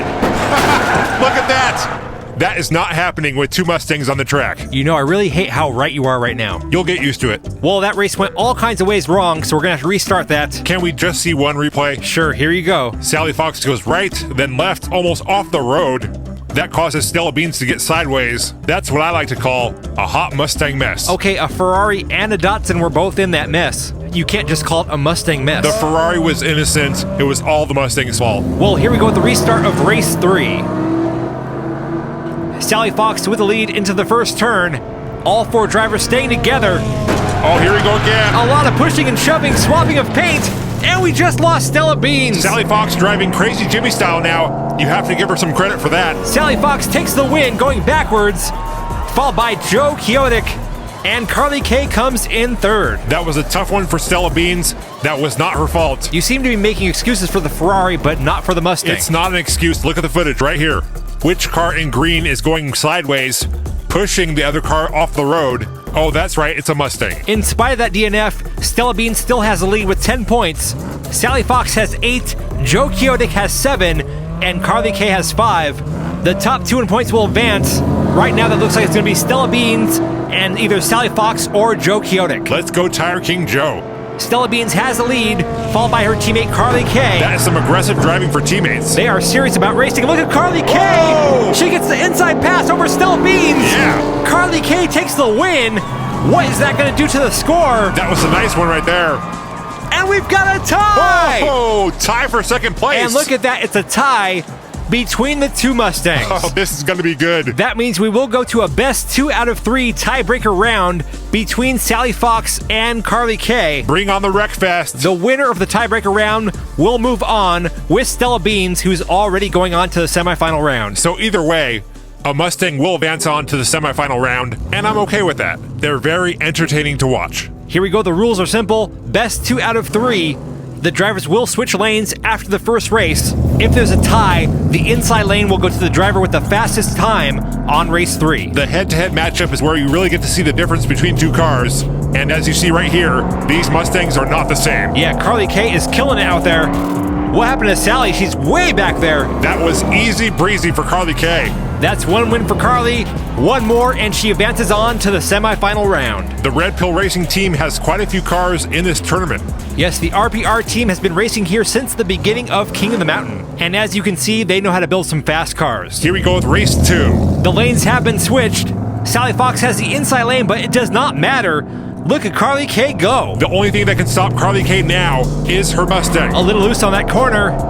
Carly hits the side wall. Watch out now. Carly Kay rounds the last turn. And this one is over. Carly Kay will be moving on with Stella Beans to the semifinal round. Carly Kay beats the odds and wins driving in a Mustang. And there we go, 4 drivers already advancing on to the semifinal round.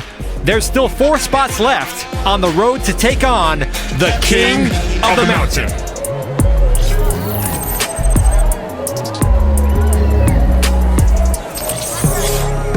Welcome back to King of the Mountain Tournament number 4.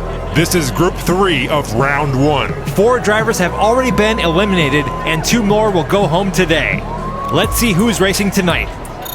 We have XD Arcade driving in the White Comet. He ranked 3rd in qualifying and is driving in a Mazda RX-7 weighing 73.3 grams. Then we have Big Romy driving in Concrete. Big Romy qualified in 6th place and is driving in a 2008 Lancer Evolution weighing 111.2 grams. Then we have the big baller Robin McKenzie in No Money Problems. Robin is driving in a Rolls-Royce Silver Shadow weighing 92.2 grams. And last up, we have Frank Martin driving in the Transporter. Frank Martin qualified in 14th. He's driving in a Mercedes-Benz 190E weighing 82.7 grams. The drivers will be competing in 4 races. The top 2 in points will advance on to the next round. XD Arcade and Big Romy in the front row. XD Arcade driving for the League of Speed team. There's a lot of broken hearts out there over Lady of Speed's loss in that first race. She was the number 1 qualifier. Their team does have 1 driver already through to the next round. XD Arcade looking to join them as well. Well, he's looking good so far. That was an easy win for XD Arcade. Big Romy tried to... Whoa! Frank Martin takes a hit. Oh, come on. XD Arcade is upside down. Robin McKenzie with the late hit there. That was completely unnecessary, but I liked it. That's 2 cars upside down at the intersection. It did not look like XD Arcade and Frank Martin hit very hard. I think Big Romy actually pushed XD Arcade over. Look at this right here. That was such a soft hit. Robin McKenzie did not want to be left out. Do we need to say amen or something like that? I feel like we should say amen. Just let it ride. And here we go with race 2. Big Romy out in front, followed by XD Arcade. Big Romy with the only Evo in this tournament. Evos have quite a reputation in King of the Mountain. Well, the current King of the Mountain, Terrence Jr., drives an Evo. And an Evo also won Tournament 1, so that certainly says something. Can Big Romy become the next king? Whoa, again? XD Arcade finds himself in another wreck at the intersection, this time with Robin McKenzie. I'm glad Robin has no money problems because he's going to have a big bill by the end of this tournament. Let's see the replay. What happened? Big Romy just misses Frank Martin, and then XD Arcade sideswipes Robin McKenzie. Let's see that one more time. Here comes the boom. Well, at least no one flipped upside down on this one. Yeah, that's disappointing. We've got 2 races to go. XD Arcade and Big Romy tied for first with 8 points. Robin McKenzie and Frank Martin are tied with 3. Both Frank Martin and Robin McKenzie in the front row on this race. This time, Robin McKenzie has the lead. He's followed closely behind by XD Arcade. XD doing some bump drafting. Here they go through turn 2. Robin McKenzie holding onto that lead. XD Arcade right in his rear view. This is his moment to pass. XD coming in hot on the outside. Oh, what a race. I think he got him. That was awesome. I love these last-minute passes at the finish line. Well, that one came right down to it. We're going to have to look at the replay. Robin McKenzie pulls right. That opens the door wide open for XD Arcade. And wow, that was super close. We got to see another angle. Here it is from the finish cam. By a nose. Yeah, I think so. Let's go to the overhead cam just to confirm. Here it is. Yeah, you got it. That will be XD Arcade's second win of the night. He has 13 points. Big Romy in second with 9. Robin McKenzie has 6. And Frank Martin on the bottom with 5. Last race of the night. Robin McKenzie in the pole position. XD Arcade on his outside. Keep in mind the top 2 advance on to the next round. Well, XD is already moving on for sure, so it's all about that second place spot. Well, right now it looks like that's going to be Big Romy. Whoa, we got trouble on the Clyde Straight. Big Romy gets stuck behind XD Arcade. Look at Robin McKenzie with the pass. Oh, what a move. XD Arcade pulls it past the finish line in reverse. Wow. Robin McKenzie takes second. Oh, man. And the other 2 drivers are nowhere to be seen. We got a tie. Oh, it's a tie score between Big Romy and Robin McKenzie. I thought that was going to be over and done. Big Romy moving on. He gets caught up right here with XD Arcade. But that move by Robin McKenzie, we got to see that again. Yeah, right here, XD Arcade gets sideways, blocking Big Romy. Look at Robin McKenzie going over and around that Evo to take second place. That added 3 points to his score. If Big Romy had just finished, this would be over. But with 0 points from that DNF, we are going into a tiebreaker round. Here we go, the Mitsubishi Evo versus a Rolls Royce. That is quite an odd race indeed. Big Romy with the lead on the first straight. He leads out of turn 1. That Rolls is falling behind. Yes, he is out of the camera frame. There he is, back there. Big Romy surges down the track. Oh yeah, no contest here. Nothing to see. Just another Evo kicking butt in King of the Mountain. And there's Robin McKenzie fashionably late in his Rolls-Royce Silver Shadow. Now they are going to switch lanes, but I think the outcome is going to be the same. Unless Robin McKenzie has some kind of trick up his sleeve, or Big Romy just drives off the track. Don't jinx him. He's not going to drive off the track just because I said he might drive off the track. Now you said it 3 times. That turns a jinx into a curse. Okay, you are way too superstitious. All I'm saying is if Big Romy wrecks, it's your fault. It would not be my fault. I'm not the one driving. He is. Yes, but you're putting out those crash vibes. That is ridiculous. Big Romy back out in the lead. I'm sure he will not crash. Is that better? I'm not sure I have to do the math. Here he comes fast down McClyde straight into the final turn. A clean exit, and Big Romy will take the win and advance on to round 2 of King of the Mountain Tournament number 4. Well, I'm glad you didn't mess that up for him. Big Romy will be our 6th driver to advance on to the semifinal round. There's still 1 more group and 2 more spots. Who will be the final 2 to get into the top 8?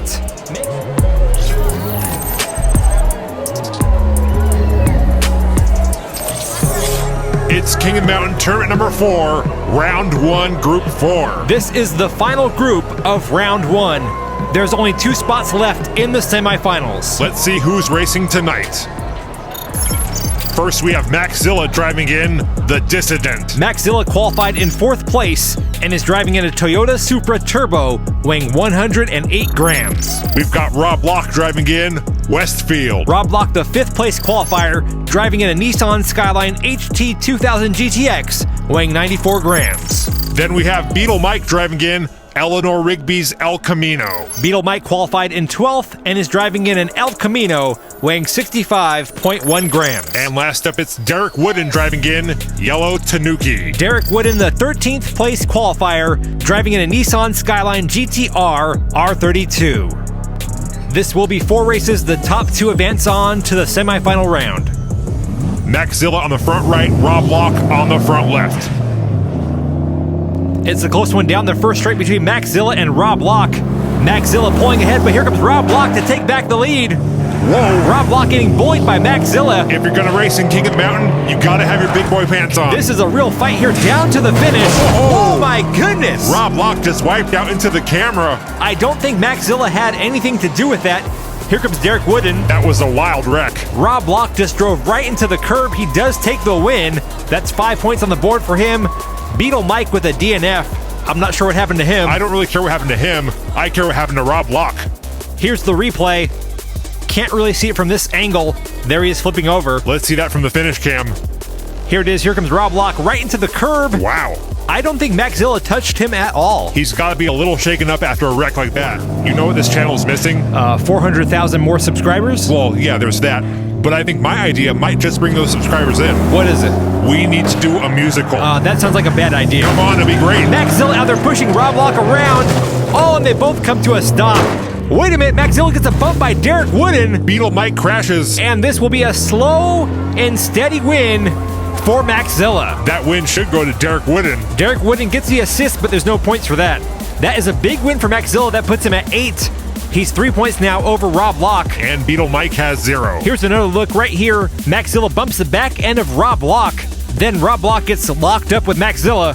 Whoa, I didn't even notice that. Rob Block rolled his car. And then here comes Derek Wooden with the assist. Maxzilla really lucked out there. Beetle Mike, not so lucky. Here we go with race 3. Derek Wooden on the front right in the yellow car. Beetle Mike on the front left in the El Camino.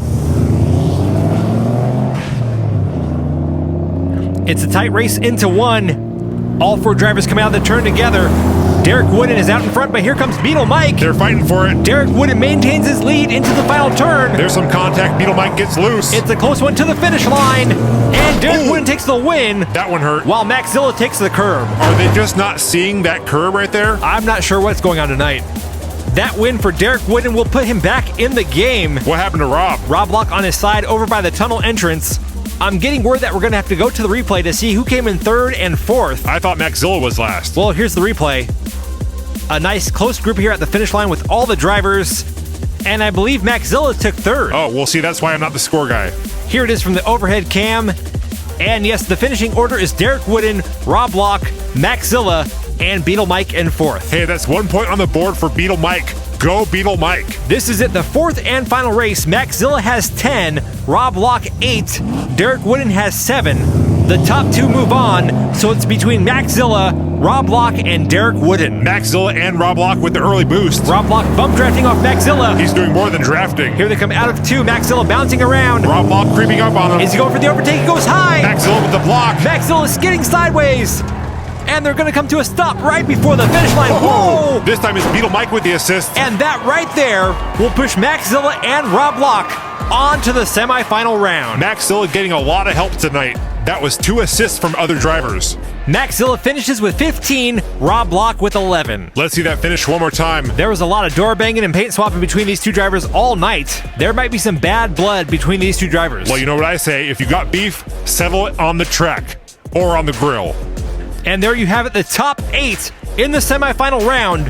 Paulie, Speed Force, Maxzilla, and Rob Lock on the left side. Stella Beans, Carly K, X the Arcade, and Big Romy on the right. Looks like...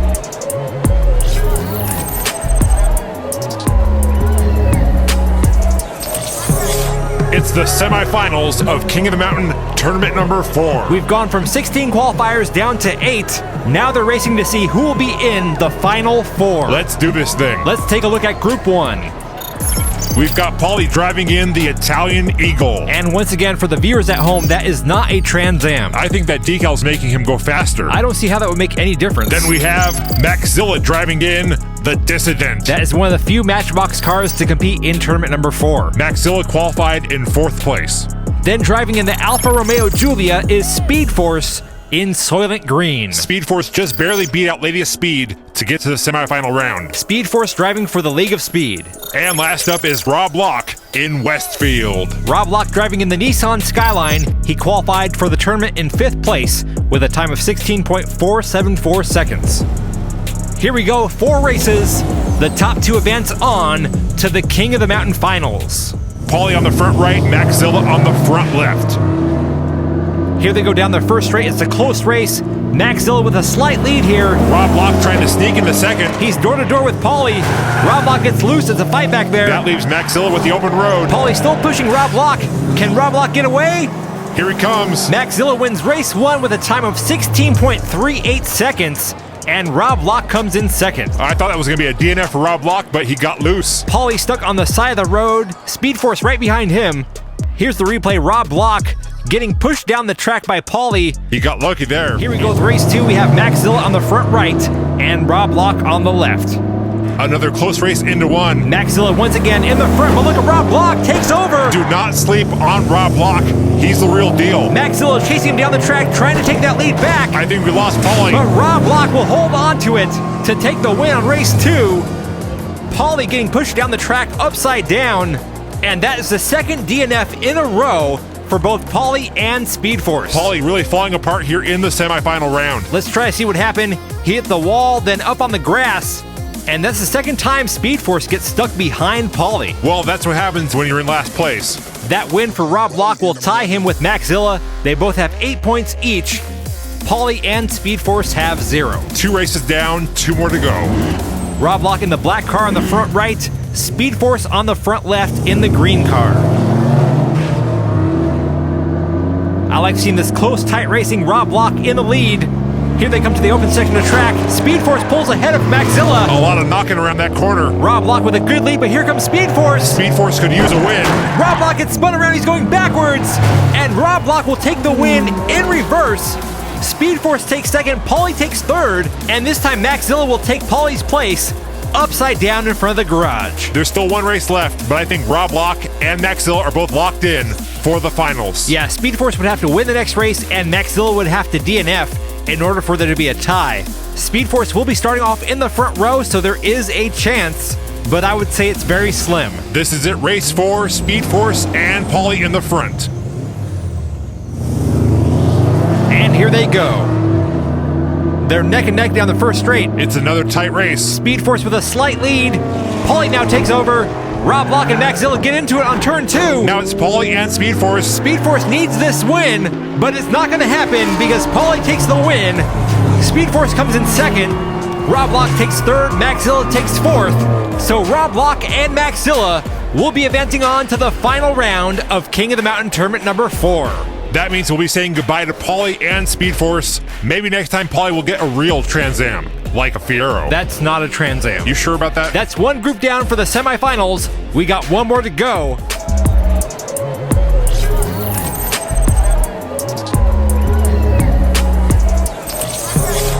Welcome back to King of the Mountain Tournament number 4, round 2, group 2. It's the last race before the finals. There's 2 spots left to get into the final 4. Which 2 will it be? Let's see who we got. First up is Stella Beans driving in Licorice. Stella Beans, the number 2 seed, driving in the Ferrari 456 GT, weighing 97 grams. Then we have XD Arcade driving in the White Comet. XD qualified in 3rd and is driving in a Mazda RX-7, weighing 73.3 grams. Carly K is driving in Insurrection. Insurrection is a turbo Mustang, weighing 112.4 grams. And finally we have Big Romy driving in Concrete. Big Romy in the legendary 2008 Lancer Evolution. This one weighs 111.2 grams. All these drivers qualified in the top 7. This right here should be a good race. Stella Beans and XD Arcade starting off in the front row. Here we go. It's a nice tight race into turn 1. Big Romy swerving, almost came out of his lane. XD challenging Stella Beans. Stella with a block maneuver, but XD is still in pursuit. Ferrari versus Mazda here. It's going to be a fight to the finish. Stella slams into the wall. And Stella, whoa! Oh man, this intersection is the gift that keeps on giving. XD Arcade slams into the curb, spinning around, and Stella Beans will take the first win of the night. You can see her right here blocking XD Arcade from that pass. That was a great defensive maneuver. I also like how XD kept fighting all the way to the finish. I'm telling you, 3D Bot Maker the musical is the future. It's not the future, it's not the current, it's not the past, we're not doing it. Maybe we should let the fans vote on it. Why? What would a Diecast racing musical even be? Awesome. That's what it would Whoa, be. Stella almost flipped over XD Arcade in the front. Here comes Big Romy Rome. Romy on the inside overtakes XD Arcade. It's another fight to the finish. And Big Romy will slide past the finish line, followed by XD Arcade. And we got a DNF for Stella Beans and Carly K. Carly K blocking the road. I believe Stella Beans and Carly K are teammates. So that block by Carly K was betrayal. I'm pretty sure it wasn't done intentionally. That's the type of drama we could have in a musical. This is racing. It's a sport. We're not doing a drama or a musical. I'll work on a script. If you want to waste your time, go ahead. There's a 2-point spread between Big Romy, XD Arcade, and Stella Beans. Carly K, 1 point right now with 2 races in. She will, however, be starting the next 2 races in the front row, so this is her time to shine. And shining appears to be what she's doing. Hold on now, here comes Big Romy. This is some good racing here. Stella Beans helping Carly K out by hitting Big Romy. That slows them way down. Now that is teamwork. Big Romy still in second place. Carly takes the win with ease, followed by Big Romy and Stella Beans. I see what you did there, see? What did I do? You're rhyming like a musical. I did no such thing. Carly K takes the win with ease, followed by Stella Beans. That's just bad. That was just improvisation. I haven't really thought it through. There's no need to think anything through, because we're not doing it. I feel like it's growing on you. It's not. La la la la. Can we turn off his mic? It's time for race Thank you. 4. Hey, here we go with whatever. race 4. Hey, turn it back We've on. got Carly K on the front right and Stella Beans on the front left. People need to hear my voice. Hello? Oh, there we go. You sing one more note, and your mic is off for the rest of the show. You're so anti-musical. I'm just anti-dumb ideas. Okay, that was unnecessary. XD Arcade gets spun around. Carly K gets sideways. That opens up a clear path to the finish line for Stella Beans. There's that teamwork. Stella Beans takes the win, but it's at the cost of Carly K, who will not be advancing on to the finals. So it's going to be Stella Beans and Big Romy moving on to the final round. What a touching story, the sacrifice of Carly K for her teammate Stella Beans. Well, the replay here shows a different story. They were fighting for first. I don't think they were fighting, they were just holding on that one last time before they had to say goodbye. What are you trying to turn this channel into? There's just so much depth to the action that we're seeing tonight. I just see a fast Ferrari and an Evo moving on to the final round. And there they are, your final 4 drivers. Rob Block and Max Hill on the left, Stella Beans and Big Romy on the right. 4 finalists, but only one will get a title match against the King of the Mountain, Terrence Jr. It's going to be an all-out war. So make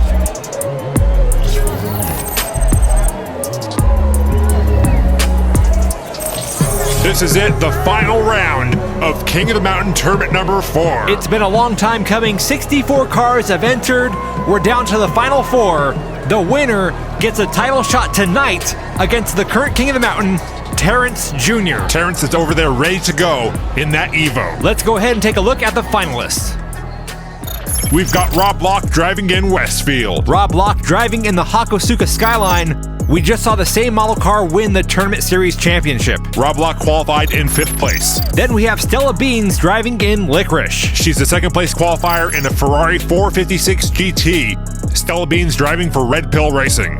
Here's another one from the Red Pill team. It's Maxilla in the Dissident. That's a Toyota Supra Turbo. Maxilla qualified for this tournament in 4th place. It's a fast car if you can keep it under control. And then we have Big Romy driving in Concrete. Concrete is a 2008 Lancer Evolution. He qualified in 6th place. If Big Romy wins, we may have an Evo versus Evo battle on our hands. Here we go, 4 cars, 4 races. The top driver in points gets the title match against the King of the Mountain. Rob Block and Stella Beans in the front row. Rob Block with a nice lead here going through turn 1. Maxilla in 2nd place. Rob Block looking strong in that Skyline. Maxilla and Stella Beans had some contact back there. Maxilla pulling hard to the right. They're through the final corner, and that will be an easy win for Rob Block. A nice time there. He gets 16.380 seconds. I'm telling you, that Nissan Skyline might be the new Evo on Race Mountain. Well, I don't think the Evos are going anywhere, but that car is definitely gaining a reputation this season. I'm sure we'll see a lot more of them in the future. Okay, I'll admit it, every now and then you do have good ideas. I will accept your backhanded compliments. Stella Beans and Big Romy in the front row. Stella Beans has the lead, followed by Rob Block. Rob trying to find a way around that Ferrari. There's an opening. Rob Block going on the inside. He does it. Stella's off the road. It's pandemonium on the final straight. They're stopping. Whoa! Here comes Maxilla. Oh, wow. Slamming Rob Block past the finish line. Big Romy also finishes. Stella Beans gets stuck off the side of the road. That race went from 0 to 100 on the madness scale real quick. Here's that pass by Rob Block. Stella Beans left the door wide open, so I mean, what do you expect? Then everyone lost control at the same time. Rob Block got sideways. Maxilla drove into the side of the hill. Stella Beans went off the road. Big Romy, the only one to keep it under control. That was a sneaky move by Maxilla, stealing 2nd place from Big Romy. Maxilla currently in 2nd place with 6 points. Rob Block with the lead at 10 points. That is 2 wins in a row for Rob Block. Very impressive, especially at this level of racing in the tournament. Big Romy and Maxilla in the front row. Maxilla leading them down, followed by Rob Block. Rob Block is right on Maxilla's tail. Maxilla once again pulling hard to the right. Rob tries to get around, but he gets blocked. This is where things might get crazy. Maxilla makes it around clean. Rob Block my gets wrecked. goodness! That was a nasty wreck.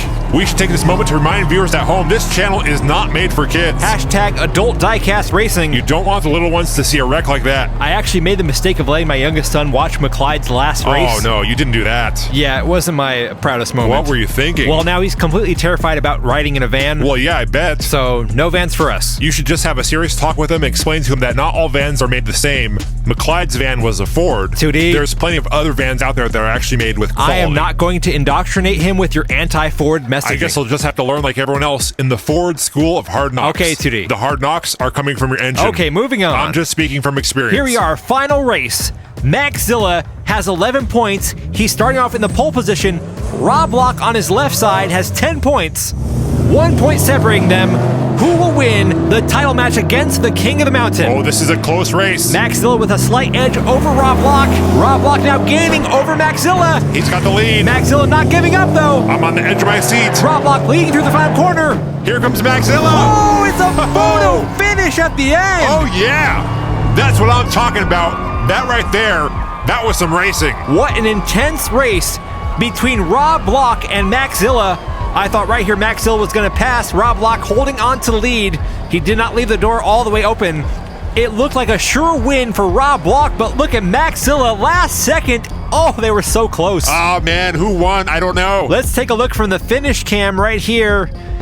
This was totally Rob Block's race. Ooh, that was tight. Wow, the deciding factor is coming down to a bumper or less than a bumper. Here it is, and it's gonna go to Rob Block. Ho, ho. Rob Block pulls off the win. That means he's going head-to-head with the King of the Mountain, Terrence Jr. Look at the score. Rob Block pulls it off by 1 point. What a finish. Well, you know what time it is. What time is it? It's time for the main event. This is it, ladies and gentlemen. This only happens twice a year. A title match for the 3D Botmaker King of the Mountain. This is our 4th tournament. We've had 3 kings. So far, the king has never been able to defend their throne. First it was Terry Hill, then we had the FGC family, then Terrence Jr. Will Rob Lock be the next name to enter into King of the Mountain royalty? We are about to find out. The first driver to win 3 takes the crown. Here we go. Here they go down the first straight through the first turn. Terrence Jr. out in the lead. Oh man, that Evo is fast. Well, there's a reason why he's the king of the mountain. Terrence Jr. swerving. This is Rob Lock's chance. Rob Lock is struggling back there. Oh man, the pressure is getting to him. And that will be 1 win for Terrence Jr. 2 more, and he will retain his title. A little rocky start for Rob Lock, but he will start the next race in the pole position. He's got to get those nerves under control. There's a lot of pressure on this race. It does not get much bigger than a King of the Mountain title match. Here we go, this time Rob Lock starting off on the inside lane. Let's see if that inside lane advantage helps him out.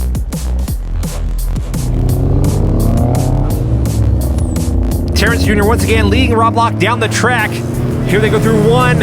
It's a close race. Terrence Jr. pulling ahead now. Rob Lock runs into his back end. Terrence is running away with this one. Oh man, that Evo is flying. Here he comes. Whoa, baby. Look at that time. Terrence Jr. breaks the 16-second mark.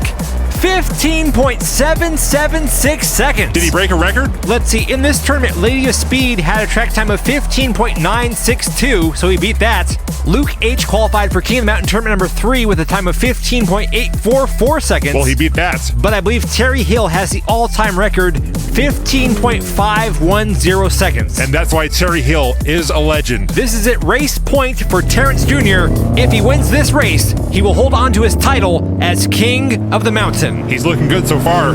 Terrence Jr. pulling away from Rob Lock. Rob Lock trying desperately to catch up, but it's not going to happen. That Evo is gone. Here comes Terrence Jr. What's the time? Oh! Holy smoking Evo. Terrence Jr. comes so close to setting a new record. 15.588 seconds compared to Terry Hill's 15.510. Terrence Jr. once again out there making Terry Hill proud in that Mitsubishi Evo. You know what they say, like father, like son. He's the chip off the old engine block. And he is still yes, your King of the Mountain. All hail the king. Driving in the 2008 Lancer Evolution. A beast of a car. Terrence Jr. Terrence Jr. representing for the Redline Salvage Inc. racing team. Congratulations to their entire team. You guys built one hell of a car. There will still be one more King of the Mountain tournament coming up next year, where we will finally finish racing all the entries that were sent in back in 2020. We'll see if Terrence can do it again. Welcome back to King of the Mountain.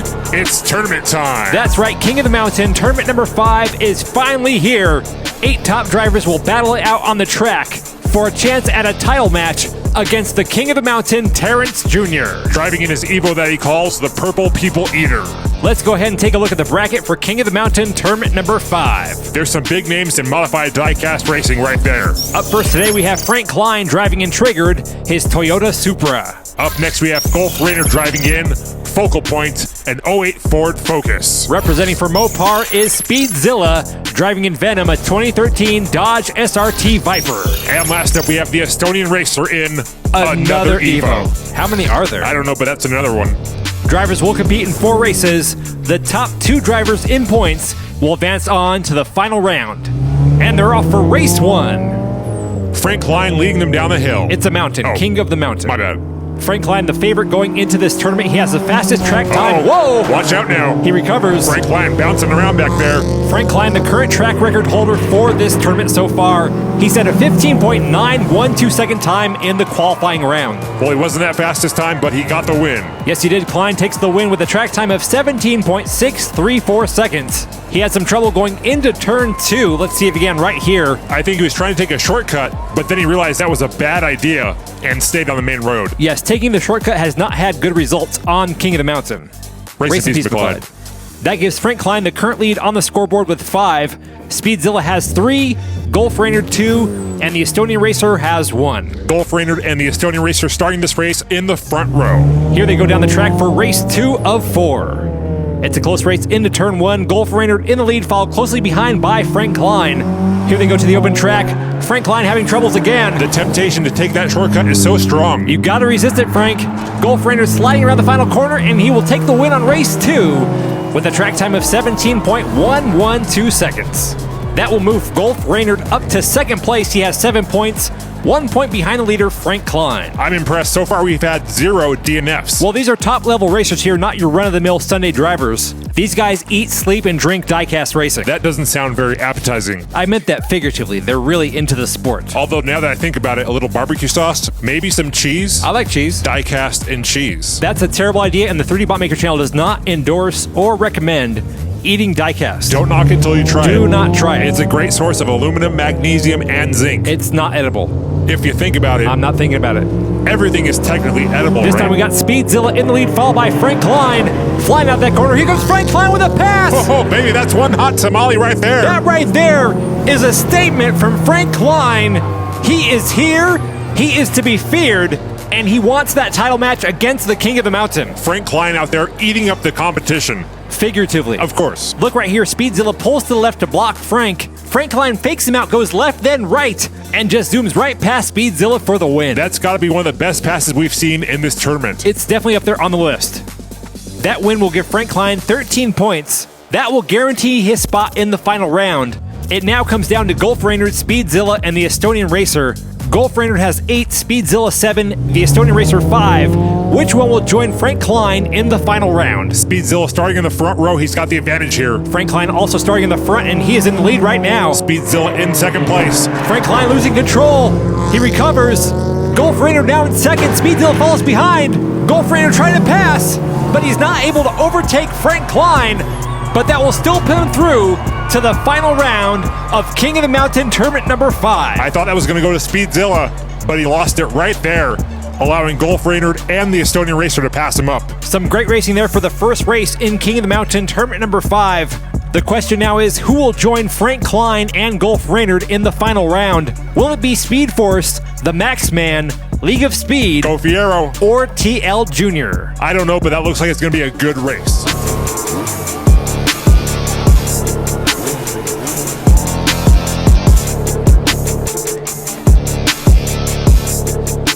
Welcome back to King of the Mountain, tournament number 5. It is time for the second group of round 1.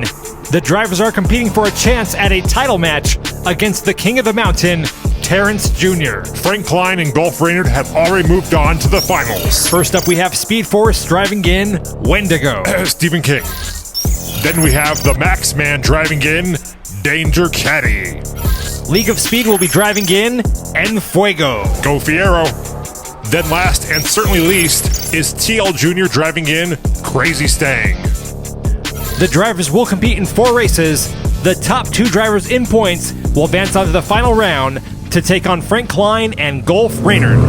And there they go down the track for the first race.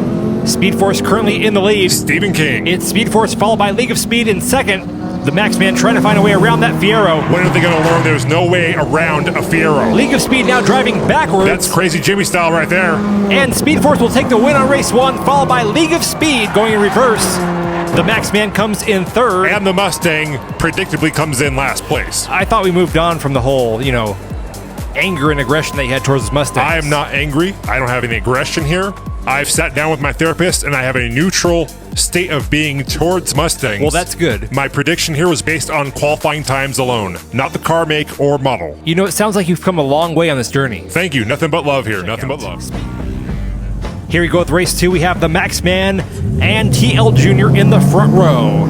Caddy 16 versus the Mustang. That Mustang has no chance, not because it's a Mustang. It's just a slower car overall. Max Man leading through turn 2, followed by Speed Force. Whoa. Speed Force is over. TL Jr. moves into second. It's a close race. TL Jr. gaining on the outside. Oh, baby. Whoa! Down goes Max Man at the intersection. Wow.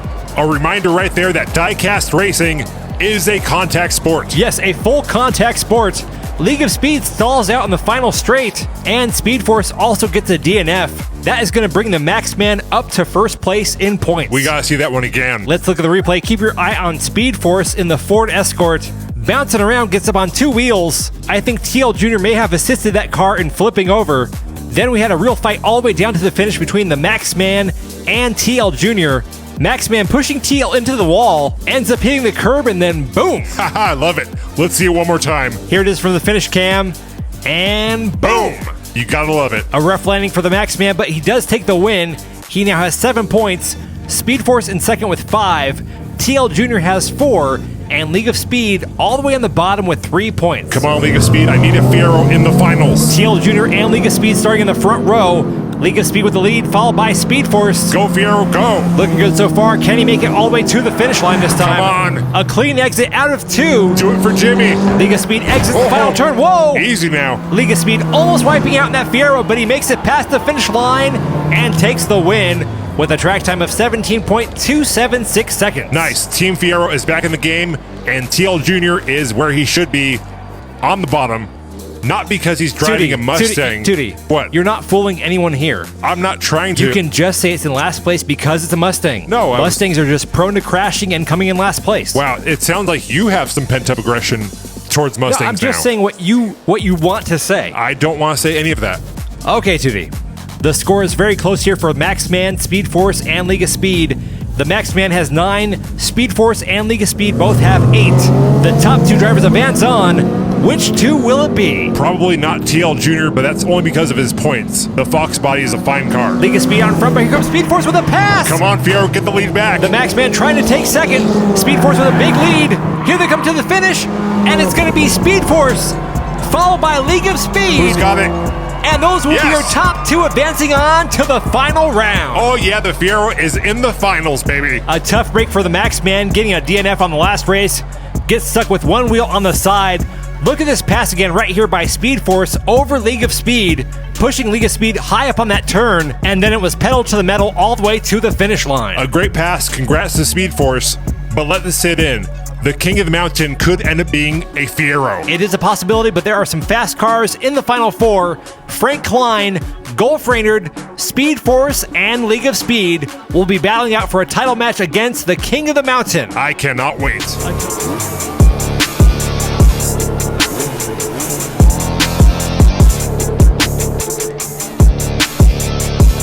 Welcome back to the 3D Bot Maker Diecast Racing League. Yes. King of the Mountain, tournament number 5, finals. Oh yeah, it is about to go down tonight.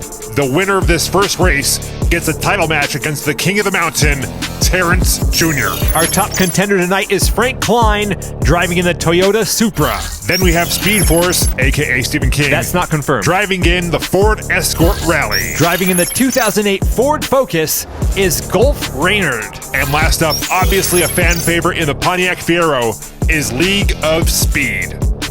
The drivers will compete in 4 races. The top driver in points will face off against the King of the Mountain, Terrence Jr., in his Purple People Eater Evo. Let's go racing.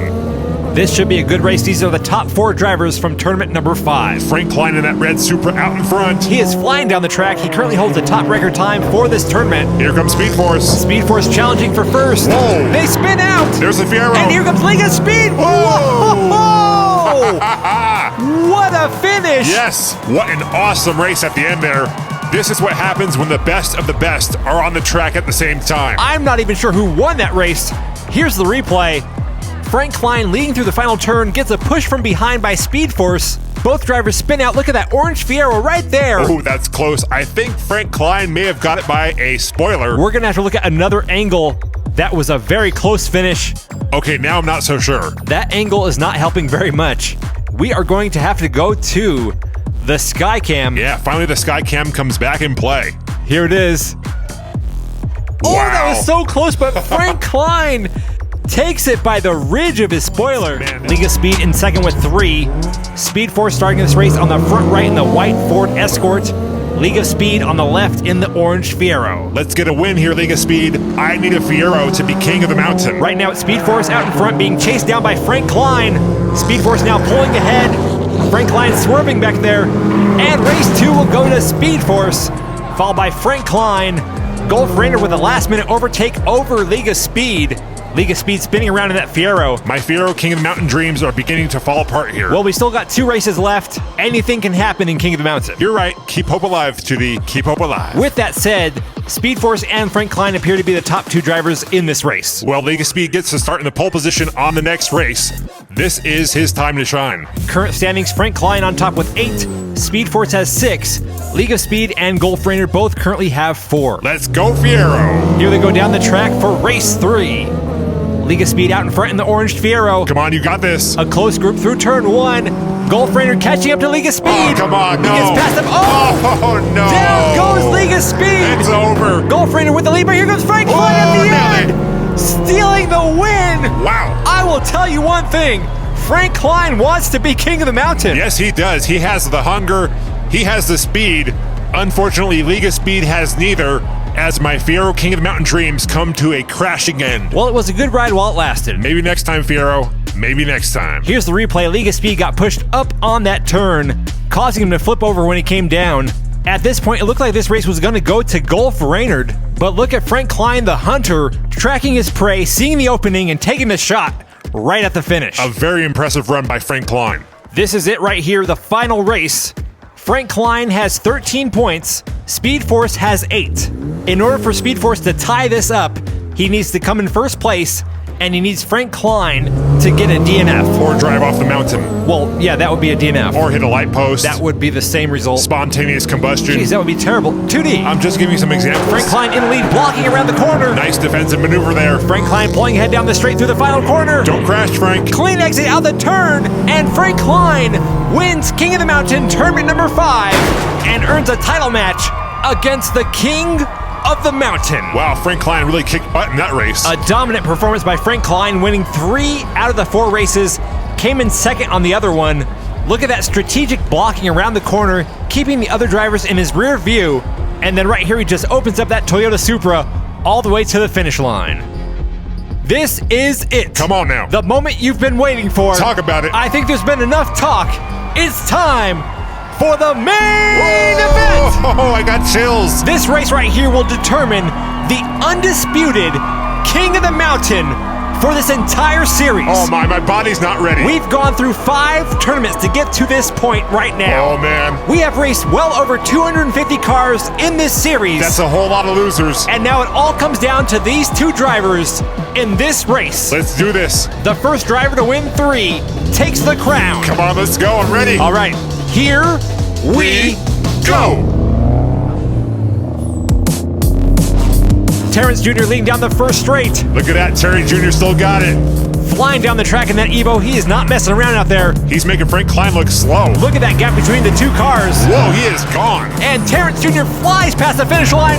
And we got a new track record for tournament number 5. Whoa, my. Frank Klein had the track record at 15.912. Terrence Jr. just put 15.860 up on the board. Terrence Jr. is an absolute beast in that Evo. We have seen a lot of Evos come and go on King of the Mountain. A lot of them. But none of them have come even close to what Terrence Jr. has been able to do in this car. Well, that right there is the handiwork of Redline Salvage Inc. If you didn't know about their car shop, you know about it now. So far, Terrence Jr. making them proud here tonight. Here they go for race 2. This time, Frank Klein in the pole position. Terrence Jr. actually in the lead there. Frank Klein pulling back ahead. They're side by side. Terrence Jr. with the overtake through the turn. What I tell you, Terrence Jr. is a beast. Frank Klein is used to being the guy who's doing the passing, but he has just come head to head with a force of nature, and that is Terrence Jr. in the Purple People Eater Evo. You are witnessing greatness on another level. God mode engaged. Terrence Jr. is tearing up this track, and we are all just lucky and privileged to witness it. I have to agree, top 10, maybe even top 5 best moments in your life. This has got to be up there. Oh, for sure. That is 2 wins for Terrence Jr., 1 more win, and he will be the undisputed King of the Mountain. It's do or die, Frank Klein. Do or die. Terrence Jr. back on the inside lane. Terrence once again in the lead through the first turn. I don't think Frank Klein has a chance here. Well, he's racing against the best driver and car to ever take this track. Terrence Jr. swerving back there. He's back in control now. He's on the last stretch to victory. Whoa! Whoa, there goes Frank Klein! Whoa, where'd he come from? Stay alive, Frank Klein, stay alive! Frank Klein with the clutch move under pressure. They say pressure makes diamonds. Over here, pressure makes champions. It appeared to be over and done.